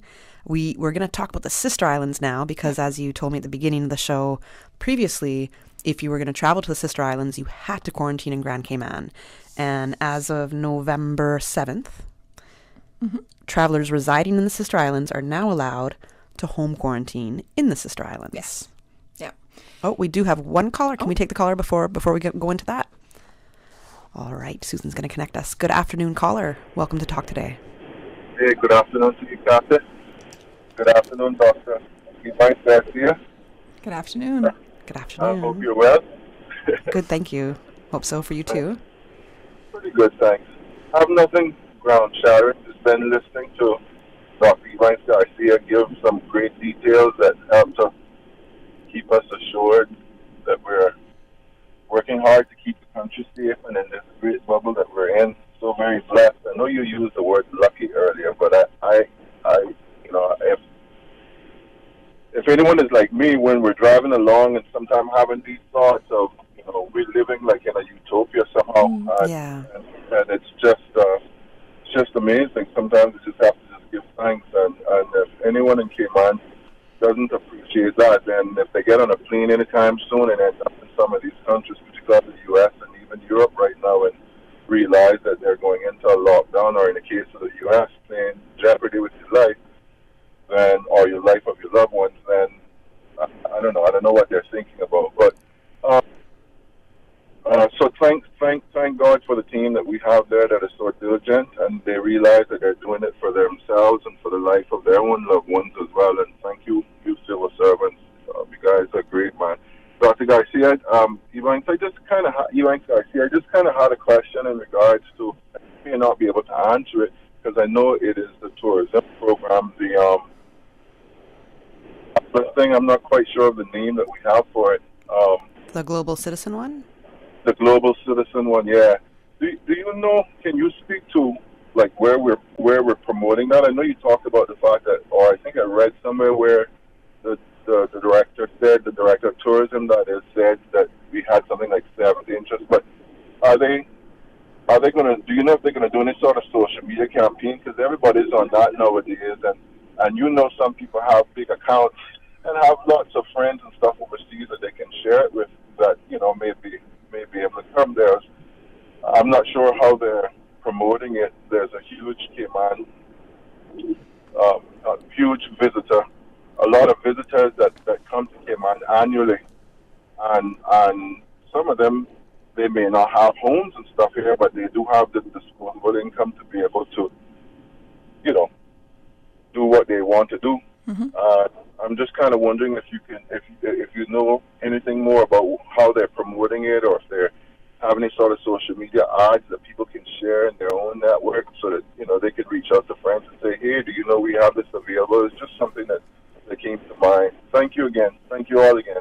Thank you. Thanks. So I don't have a full and direct answer to that. But what I will say is that if we look at what the Department of Tourism has done historically, I think some of the best marketing across our civil service, our public service, has come out of the Department of Tourism. And so I can't imagine that, any less effort is going to be given to this program than has been given to any other program that they've produced, and as they've marketed our country globally. So, I mean, they've got some very talented individuals, and they do a phenomenal job of marketing. So I imagine that they've left no stone unturned, and they've thought of every avenue for marketing this, and that they are doing so, and will continue to market this program as we go forward. I believe I've seen some digital marketing on it, so I could be wrong, and it could have been for another country, but I believe that was for the Cayman Islands. So I hope that gives a little bit of insight. But if it's something that you want to share with your friends, I did see on the website that I keep getting wrong, exploregov.ky /coronavirus. If you go there is some information on the Global Citizen Program. So I encourage you to go to that website. You have to go scroll down to the bottom of the screen, and it has a whole bunch of different tabs of different information that you can look for.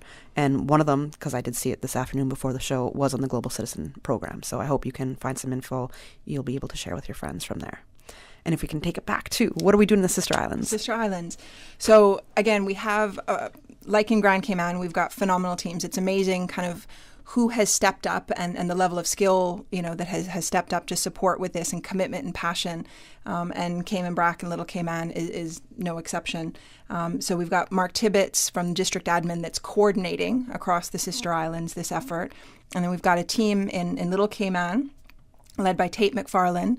And we've got a team in Cayman Brac that's led by Dave Tatum, but it's Devin Tatum and Justin French that are on the ground in the Brac that are delivering this service, and they've really embraced this opportunity. They've conducted all the inspections of all the properties in Cayman Brac. Tate McFarlane's done that for Little Cayman, and all the arrangements are in place. They used the private flight that came in with 2 passengers as kind of their very small test run, and created processes in their airport's arrival for where people would go. PCR testing is done at the airport just like it's done here. Travelers are fitted with their bracelet, given their government-issued device. The big difference between the two, because they don't have taxis and buses the way that we have here, transport is a little different. So travelers' transport will be at the airport for travelers, so where they have their own. So, for example, in Little Cayman, Tate McFarlane and the team there have made arrangements for all of the travelers' cars to be at the airport, and they will get off the plane in Little Cayman, and they will get in their vehicle, and they will go to their quarantine location. And then the team on the ground in Little Cayman, will make sure everybody got to where they need to get to, and they've already arranged in Little Cayman how they're going to be delivering groceries and any supplies, and they've stood up the infrastructure for all of this, and they've stood it up in about a week and a half. It's been phenomenal to kind of hear the reports coming from Little Cayman and how quickly they've gotten things arranged and plans in place. And then in Cayman Brac, the same thing. Arranging for deliveries and making sure that individuals in quarantine can have access to the goods that they need in order to be successful and stay behind closed doors for 16 days. Like I said, Devin and Justin have gone out. They've done the inspections, and so we're ready for Friday. So the flight, Cayman Airways has a flight from Miami on Friday. It will make a stop in Cayman Brac. 24 people will get off of that flight and will quarantine in Cayman Brac. Okay. 8 people will get off that plane. So 24 plus 8 people will get off that plane. 24 will stay in Cayman Brac. 8 of them will get on a Twin Otter that's then going to Little Cayman. And that Twin Otter that's going to Little Cayman will only have individuals that have come off of that international flight. So there's no mixing of individuals on that domestic piece of that flight. You mentioned joining a flight, I think, Friday. So I don't know if it's this flight going to the Brac, but is that allowed? Are you allowed to get on a plane that's coming from Miami, stopping in Grand Cayman, and then going to the Brac? Are you allowed to get on that plane with these people who haven't necessarily been tested yet in the Cayman Islands? No. So this flight goes from Miami and it goes to the BRAC first. Okay, it's going straight to the BRAC. Yeah. Okay. So it'll stop in the BRAC, and then travelers will get off in the BRAC. Of the travelers that get off, 8 of those then will get on a Twin Otter that's only taking those travelers and take them to Little Cayman. So yeah, we don't have a situation where we're going to have a flight from Grand Cayman to the BRAC that could have international travelers on it. Any of our domestic flights will only have people who have been in our bubble and who have passed quarantine. So we've made sure to ensure the protection. The other thing that we've done, we've got a lot of, I talked about decontamination in Grand Cayman. So we've got not only decontamination in Grand Cayman of the vehicles, but also the airport itself is decontaminated after every flight. And same in Cayman BRAC. We've made arrangements. They've got the equipment there that they can decontaminate the airport after these flights, because of course we're going to be welcoming people on a domestic flight that will be going through the same airport. So we'll decontaminate the airport. Everybody wears PPE and has been trained in PPE and infectious disease control. Little Cayman, it's a little bit easier because you kind of get off the plane in a nice open space and you just walk to your car and you get in and you go. So there's nothing to decontaminate there. And then the planes, as per usual protocol, will be decontaminated after use. So the big difference between the procedures with the sister islands and Grand Cayman is the transport. So we're getting off the plane in the BRAC. Mm-hmm. You'll go in a private vehicle, maybe your own vehicle. Or one you've rented that's at the airport waiting for you. But you're still followed by an enforcement vehicle. And this is to ensure that no stops are being made. You're not grabbing food. You're not visiting a family member or a friend. You're going straight to the place of your residence where you're going to be quarantined. Yeah. Okay. Yeah. And we've just got to work with the numbers of people coming off the flight on Friday, then working with the teams at the airport to make sure that, we've got escorts for everybody. And given, the size of the island, it may be one person escorting a couple, but they're close, in location, but making sure that everybody goes. The key is, and the objective is to make sure everybody goes from the airport to their quarantine location and makes no stops along the way. And I think certainly in Cayman BRAC and Little Cayman, given the size of the community, we certainly have people in the community in Grand Cayman that are looking out. They're looking out at their neighbors. They're seeing what's going on. They're calling us if they see something suspicious. And I have no doubt that in those communities, being even smaller than our community, that they will support in the efforts to help to ensure that people are, committing to their responsibility to quarantine. Yes. Well, definitely. I know I was watching my neighbors. When we had too many people in one apartment at one time, I was like, I can get that $1,000, So your neighbors are watching you. This is for sure. Were you doing this whole project, and you're the director of it? So were you looking at other countries and kind of modeling off of those countries and what they're doing, or was this, we don't really have any insight, how are we going to get this done? Yeah. I mean, we've looked globally. So I report into a program board that's chaired by the deputy governor, and on that board sits, a number of chief officers, and Dr. Lee and Dr. Williams and the CEO of HSA and the CEO of the Airports Authority. So a number of people around the table, and they meet every week for a couple of hours, and they're looking at the program as it stands, looking at other areas, policy areas that we need to look at, preparing cabinet papers for cabinet so they can make decisions, because we take our decisions from cabinet.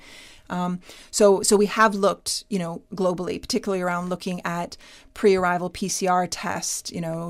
Dr. Lee is certainly keeping his close eye on the vaccine situation and appraising the board accordingly. So we have looked at other countries, but we haven't. There are very few countries that have done the extensive program that we have. We actually had an opportunity yesterday to speak to one of the other islands in the Caribbean, one that's much larger than ours is, and they're looking at how do they open. They're still closed. How do they open a little bit? How do they start to increase their numbers of people coming in? And they called us. And they asked us, so we spent about an hour, talking to one of the larger Caribbean countries about what we've done, so that they can think about, use that as information as they look at how they might introduce something similar to what we've done here. Okay, and I got a quick question for you. Sure. Again, I want to dispel any rumors that are going out there. I've heard from a few different people, the country's going to be opening up entirely in December, and we're all going to go into lockdown again. And I'm like, where are you getting this information from? So, we're in one phase right now. Do you have any idea of when it's possible that we could be moving into a next phase, and a greater opening of our border? I mean, that decision will come out of Cabinet. I can say that the Cabinet and the program board are, watching the global situation. They're watching the vaccine situation and looking at how that might create some opportunity for us to open, if there is a successful vaccine that comes out mid-December, which is what the hope is. And so, I mean, like I said, the program board meets every week, Cabinet meets every week, and every week there are papers going to Cabinet for consideration on how we might do, what we might do next, what that might look like, so that, kind of preempting and looking at, okay, well, if the vaccine comes out, on this date, and if it is successful, then what does that mean for January, so that we can start preparing now for that eventuality, right, if it actually happens. So it's not that, the government is sitting and just waiting to see what happens. We're preparing for, okay, if this happens as predicted, we'll be ready because we've got all the plans in place in order to very quickly shift our operations in one direction or the other. So we're kind of looking to see really the vaccine situation. I think is going to be a big next kind of step for us if that's a successful. Right. That's a whole other conversation. Yeah. That's for sure. It has been a pleasure speaking with you this afternoon and getting the information. It's been a lot. I feel safe knowing that you're in charge of Travel Cayman. Really, I have faith in you. You know that. I love working with you. For people that have questions, please do contact Travel Cayman by emailing travelcayman@gov.ky or by calling 743-8463 between 8:30 a.m. and 5 p.m. Monday through Friday. Any last bit that you want to leave our listeners with? I think, those who are in quarantine, and if you're in quarantine listening or you're planning to travel and go into quarantine, I always tell people any risks that we take are not just for ourselves. We're taking a risk for our whole country. So if you've got family in quarantine and you're dropping off food for them, that's great. Drop off the food and get back in your car and go. Don't hang around. It's not about going there to hang out with them on the porch 6 feet away from them. Call them, Yes. Wait for the 16 days, because when we take a risk for ourselves, it is not just for ourselves, it's for our entire country, every single risk we take. And so we need to think about this on a national level and not on an individual level. And I think if we start thinking more nationally as opposed to individually, that's what's going to get us through this safely. Excellent. Great closing words. We've got to go to the 2 p.m. headline news, 2:02 right now. Thanks for joining us this afternoon on Talk Today, and we'll be back after this break.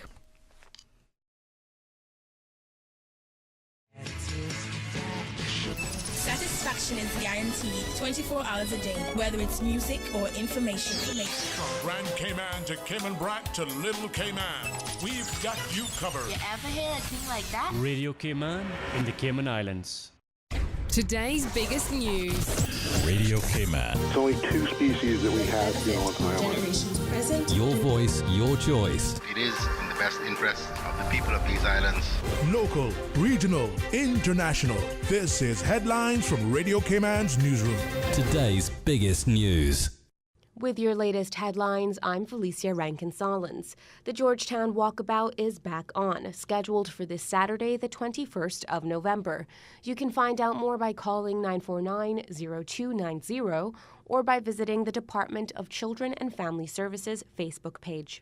In international news, the coronavirus vaccine developed by Pfizer and BioNTech appears to protect 94% of adults over 65 years old.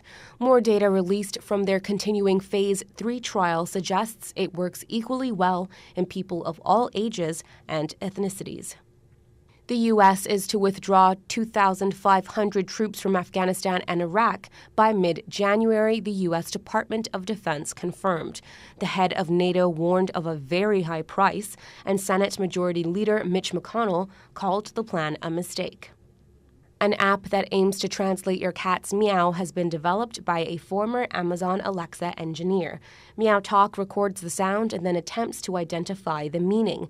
The cat's owner also helps to label the translation. The artificial intelligence and machine learning software can better understand each individual cat's voice. The eventual aim is to develop a smart collar. The technology would then translate your cat's meow instantly, and a human voice would speak through the collar. These are your headlines. I'm Felicia Rankin-Solins. For the latest in news and information, follow Radio Cayman on social media, Facebook, Instagram, Twitter. Download the Radio Cayman app or log on to our website, radiocayman.gov.ky. Your voice, your choice, your radio. This is how we wake you up in the morning.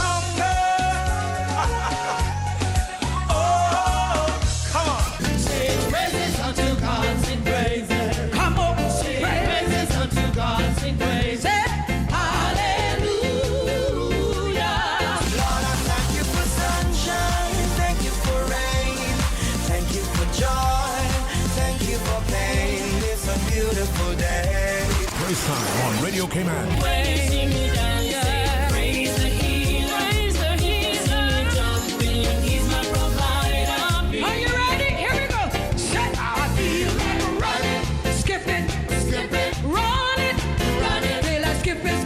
Praise time. Jesus in the morning. I will. So send me, Lord. I will go.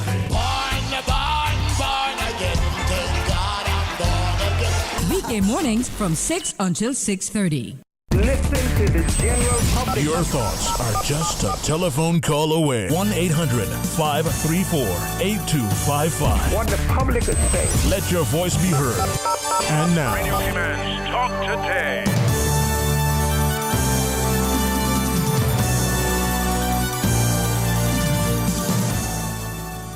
Good afternoon.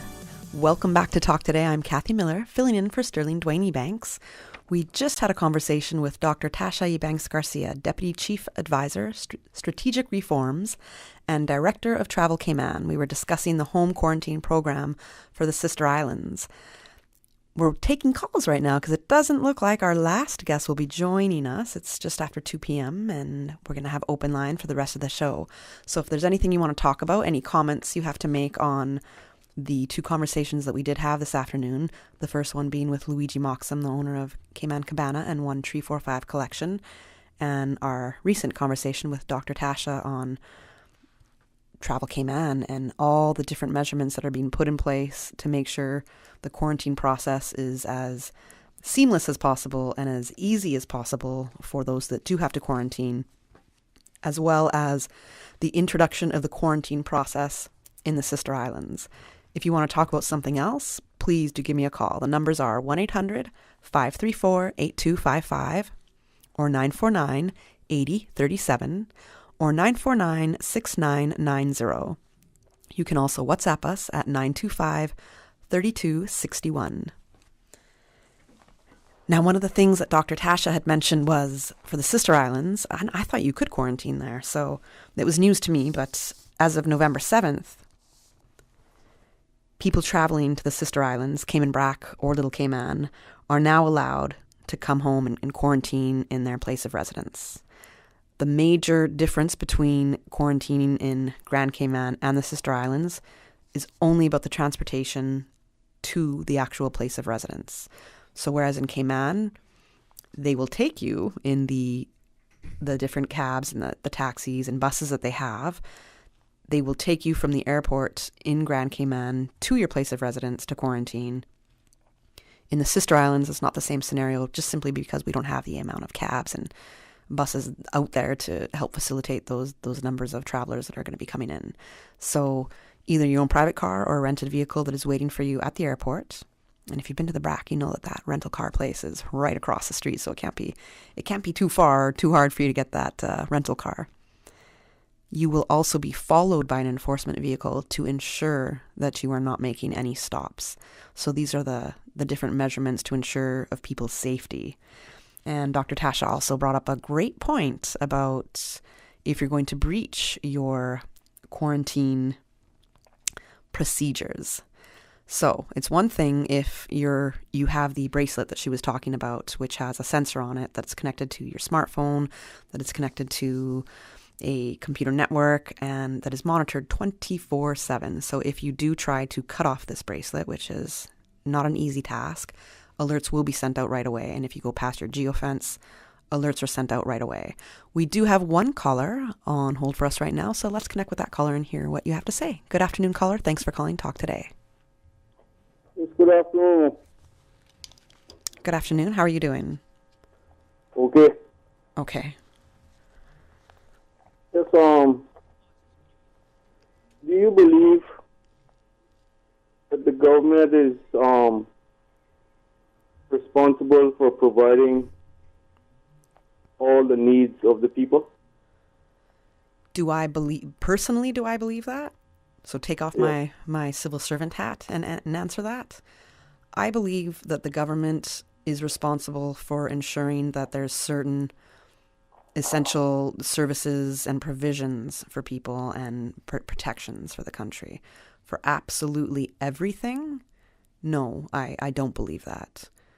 I think it's really hard to just rely on a government to take care of absolutely everything in every facet of life, if that's what you mean. If you mean more in COVID, I think that the government absolutely plays a very instrumental part in ensuring our safety, because compare us to the non-leadership that the USA experienced in these past 9 months. That's a huge example to me. And I'm thankful that our government did put in the measures that they did, and also that just our society in general had the sense to follow it, and there wasn't too much backlash from it. I'm very happy about that as well. Like, we all made this happen together. So in a COVID situation, that's one answer, and in a general sense of is government responsible for everything, I gave you my answer there. What about you? What do you think? Well, what I'm really talking about, for example,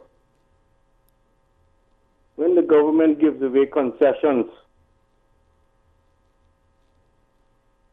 and for the past 20 years, they've given away hundreds of millions of dollars worth of concessions. And right now in the Cayman Islands,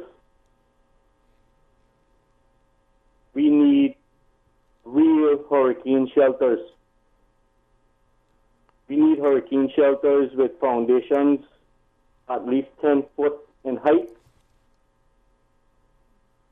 And we need hurricane shelters that are able to hold a preschool, are able to hold a space for the elderly, and also other people that may need to be there. Right. I think... Yes, and let me finish, please. No problem. Let me finish. And we also need space in those hurricane shelters to hold equipment such as boats, bulldozers, trucks, and whatever else may be needed after a serious hurricane. And even a real shelter that is able to hold helicopters without them being seriously damaged during a hurricane, in case there are instances where we may find ourselves with tidal waves that may have swept certain individuals out to sea. And for the government to be giving away hundreds of millions of dollars worth of concessions, which is the people's money, that money belongs to the people of the Cayman Islands for our needs, not to be given away to millionaires and multi-billionaires that already have a lot of money. That money belongs to the people of the Cayman Islands to provide for our needs. And right now in the Cayman Islands, the amount of concessions that have been given away, we would have had and been able to afford to build a hurricane shelter in every district in the Cayman Islands. And each hurricane shelter should hold at least 700 people. And when people run for election and ask people to vote for them because they're going to help them with their needs and they're going to take care of their community. These are the things that should be done. And for the government to continue not seeing how serious it is to provide these needs, such as hurricane shelters, as what I just mentioned, and continuing to put our people, especially our elderly and our children, in hurricane shelters, such as schools, school halls, churches, and so forth, which are very, very low. Foundations are very low to the ground. And in hurricanes, there's a possibility of having tidal waves, as what we did in Ivan. In certain areas in the Cayman Islands, there was 4 foot of water in the Cayman Islands with Hurricane Ivan. And with global warming and the sea level rising more all the time, and with Cayman being a flat country, these types of hurricane shelters are very important. And to say that spending money on these types of hurricane shelters is a waste of money is foolishness.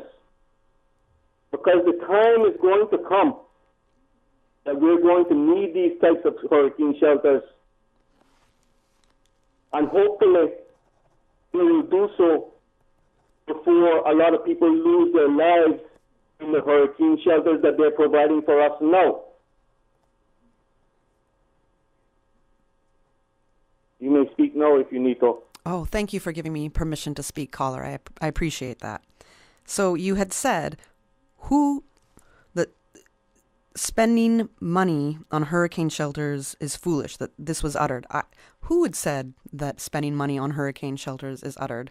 That's one thing I have to ask for you. How do you propose that we do pay for these upgraded hurricane shelters? And thirdly, we did have hazard management on Talk Today last Friday. We were speaking about Ida a little bit and Iota coming. And I can tell you, if you'd like to go to our YouTube page, right, just search Radio Cayman and you can look for last Friday's Talk Today.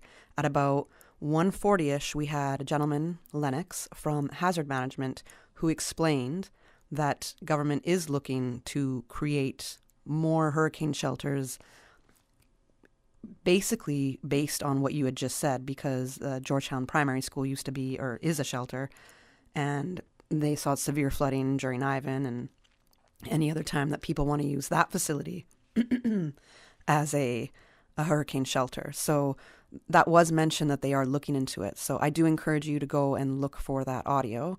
You can easily scroll, find it. It's around 1:40 p.m., so about an hour into the show, hour and 10 minutes or so into the show, we were discussing that. So that might give you a little bit of insight. But I've never heard any of our leaders saying that spending money on hurricane shelters is a foolish idea. You know, I would really question that person's leadership if they did say it. And of course we need it. We know we need it. We see, you made a great point with global warming, and there's also we know that the hurricane season is supposed to be from June 1st to November 1st, but it's getting longer and it's getting much more active come September, October, and now in November. So there's a lot of things to look into. It's not going to be done overnight. You did make a mention of leaders not necessarily delivering on their promises, and my only thing I could say to that is don't vote that person back in. You have a vote, and you can use that vote. So in response to what you said, this is my response to you. We have to go to a commercial break. Thank you for your call. I do appreciate it. And with that, we're going to go to a commercial break, and we'll be back with Open Line on Talk Today. Miracle Brokers International, your worldwide movers and freight forwarders, continues to work hard to improve their expertise to provide you with the first-class service you have come to expect.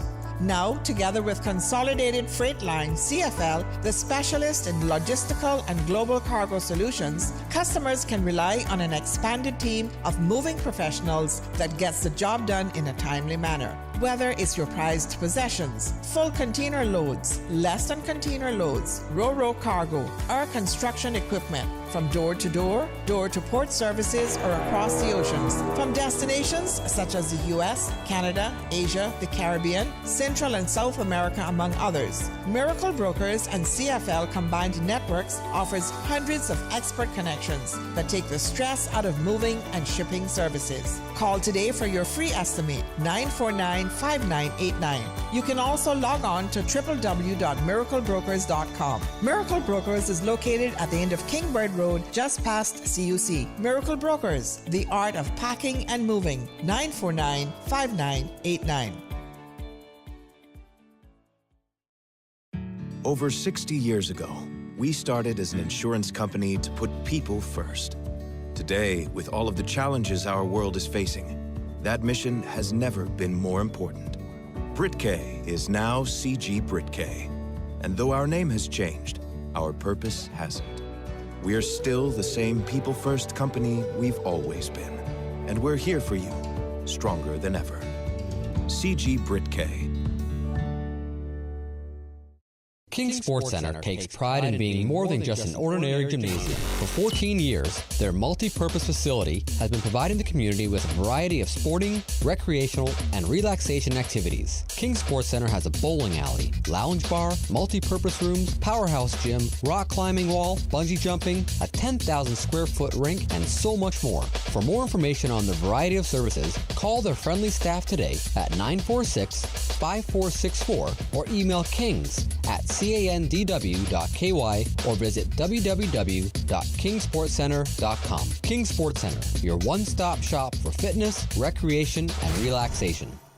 Listen to the general public. Your thoughts are just a telephone call away. 1-800-534-8255. What the public is saying. Let your voice be heard. And now, Radio Cayman's Talk Today.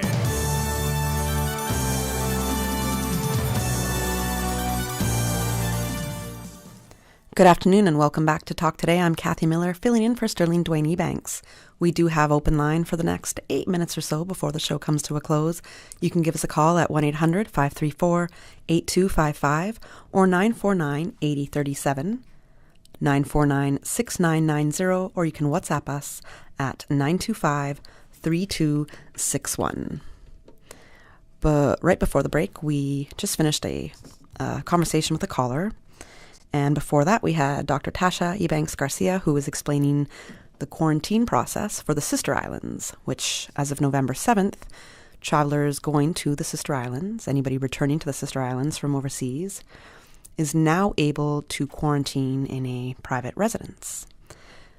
The big difference being transportation. All you have to do is have your own private car or rental car waiting for you at the airport, and you will be followed in an enforcement vehicle to ensure that you don't make any stops. You're not going to the bakery on your own, which I wouldn't blame you if you tried, but you can't be doing that. And you're not stopping off at anybody's home to greet them. You're going straight to your residence and you're followed by this enforcement vehicle. A couple of reminders that I have for what's going on today. Up until 4 o'clock, if your last name is L through Z and you're a college graduate or a recent graduate, and I've also seen other information. If you're just looking for a job, you can register with Work Jobs Cayman at the Marriott Ballroom, the Orchid Marriott Ballroom, today until 4 p.m. This is for people with the last names that run between L and Z, that start with L or Z. Yesterday, the recruitment process was going on for the people whose last name begins between A and K. So that is going on until 4 p.m. If you are looking for a job, you have an hour and a half to get there and be assisted with the Jobs Cayman portal. Today, today's Wednesday. Tomorrow we celebrate International Men's Day. So big up to our men. We have to appreciate our men as much as we appreciate the children, women, older people. We have to give kudos to the men that do so much in all of our lives. There's many different things going on. We have a roundtable discussion that's going to be going on the 19th. This is facilitated by the Family Resource Center. Get in touch with them if you need more information on that. There's a Dress for a Cause also tomorrow. It's fundraising and awareness in support of programs and services for men's well-being in the Cayman Islands. You can purchase a shirt from the Family Resource Center in celebration of International Men's Day. On the 22nd, there's a 3-on-3 basketball competition. So it's a men and boys tournament, and it's just a 3-on-3 style basketball game going on. So a great way to engage, meet new people, get to know some families, get some exercise, and again, celebrate International Men's Day.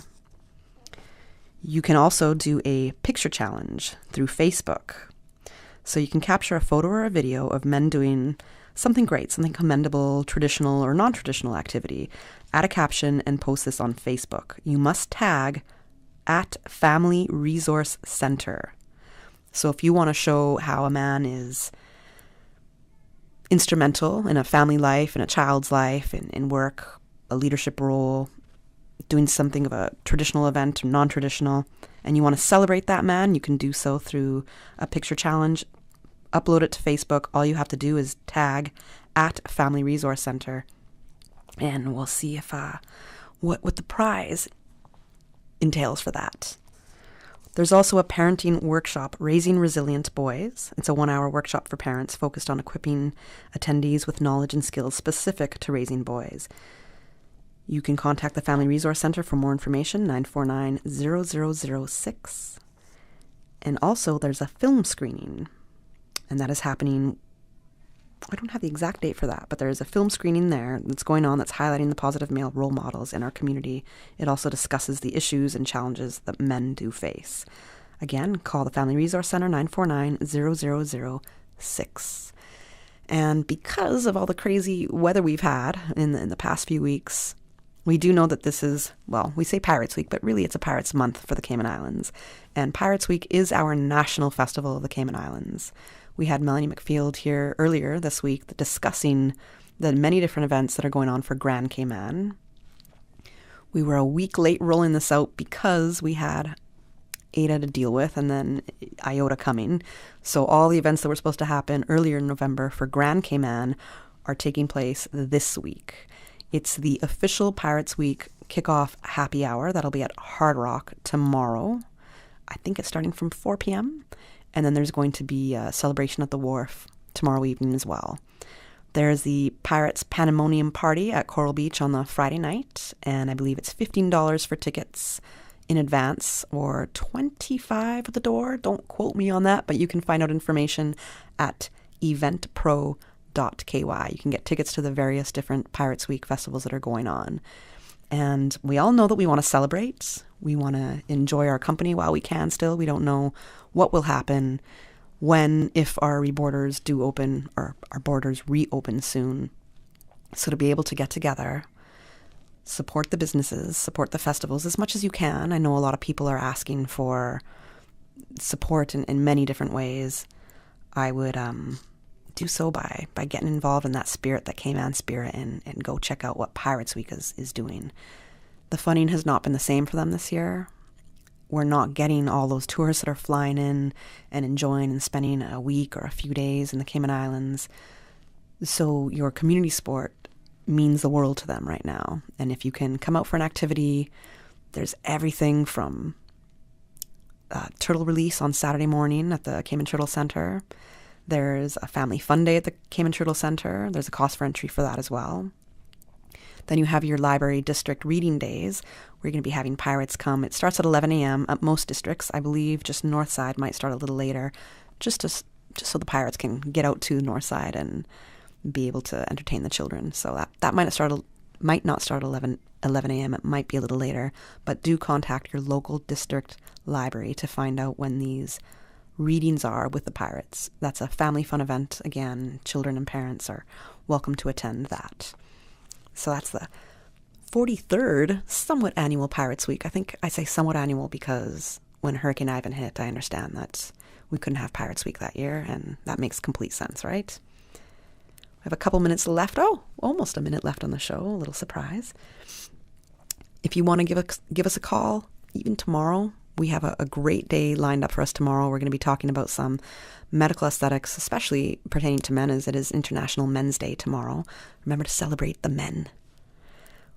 On Friday, I do have a special talk planned with some young Caymanians. And by young, I mean 30s, 20s, millennials, and Generation Z. And it's going to be a talk based on what we'd like to see for generations to come in the Cayman Islands, what we want from elected leaders. We're going to be going into election season. There's going to be a lot of independent candidates running. We have our regular parties running, a new party, a People's Party as well. A lot of the time, you're given a promise and it's not necessarily fulfilled. And people get frustrated with that process. So what do the young people want to see? How are we catering to these next generations? What do the young people want to see when it comes to leadership? And how can we address what some of their concerns and issues are? What can we promise for the future of Cayman? So that's going to be on Friday's show. For now, thank you for hanging out with me on Talk Today. It's been a pleasure. Thank you to Luigi Moxham, who was with us earlier today. Please go support Cayman Cabana when you can. You can plan your Christmas parties with him. And thank you so much to Dr. Tasha Eubanks Garcia for letting us know what the quarantine measures are for the sister islands and what the whole Travel Cayman team is doing to ensure a safe and seamless quarantine process in the Cayman Islands. Until tomorrow.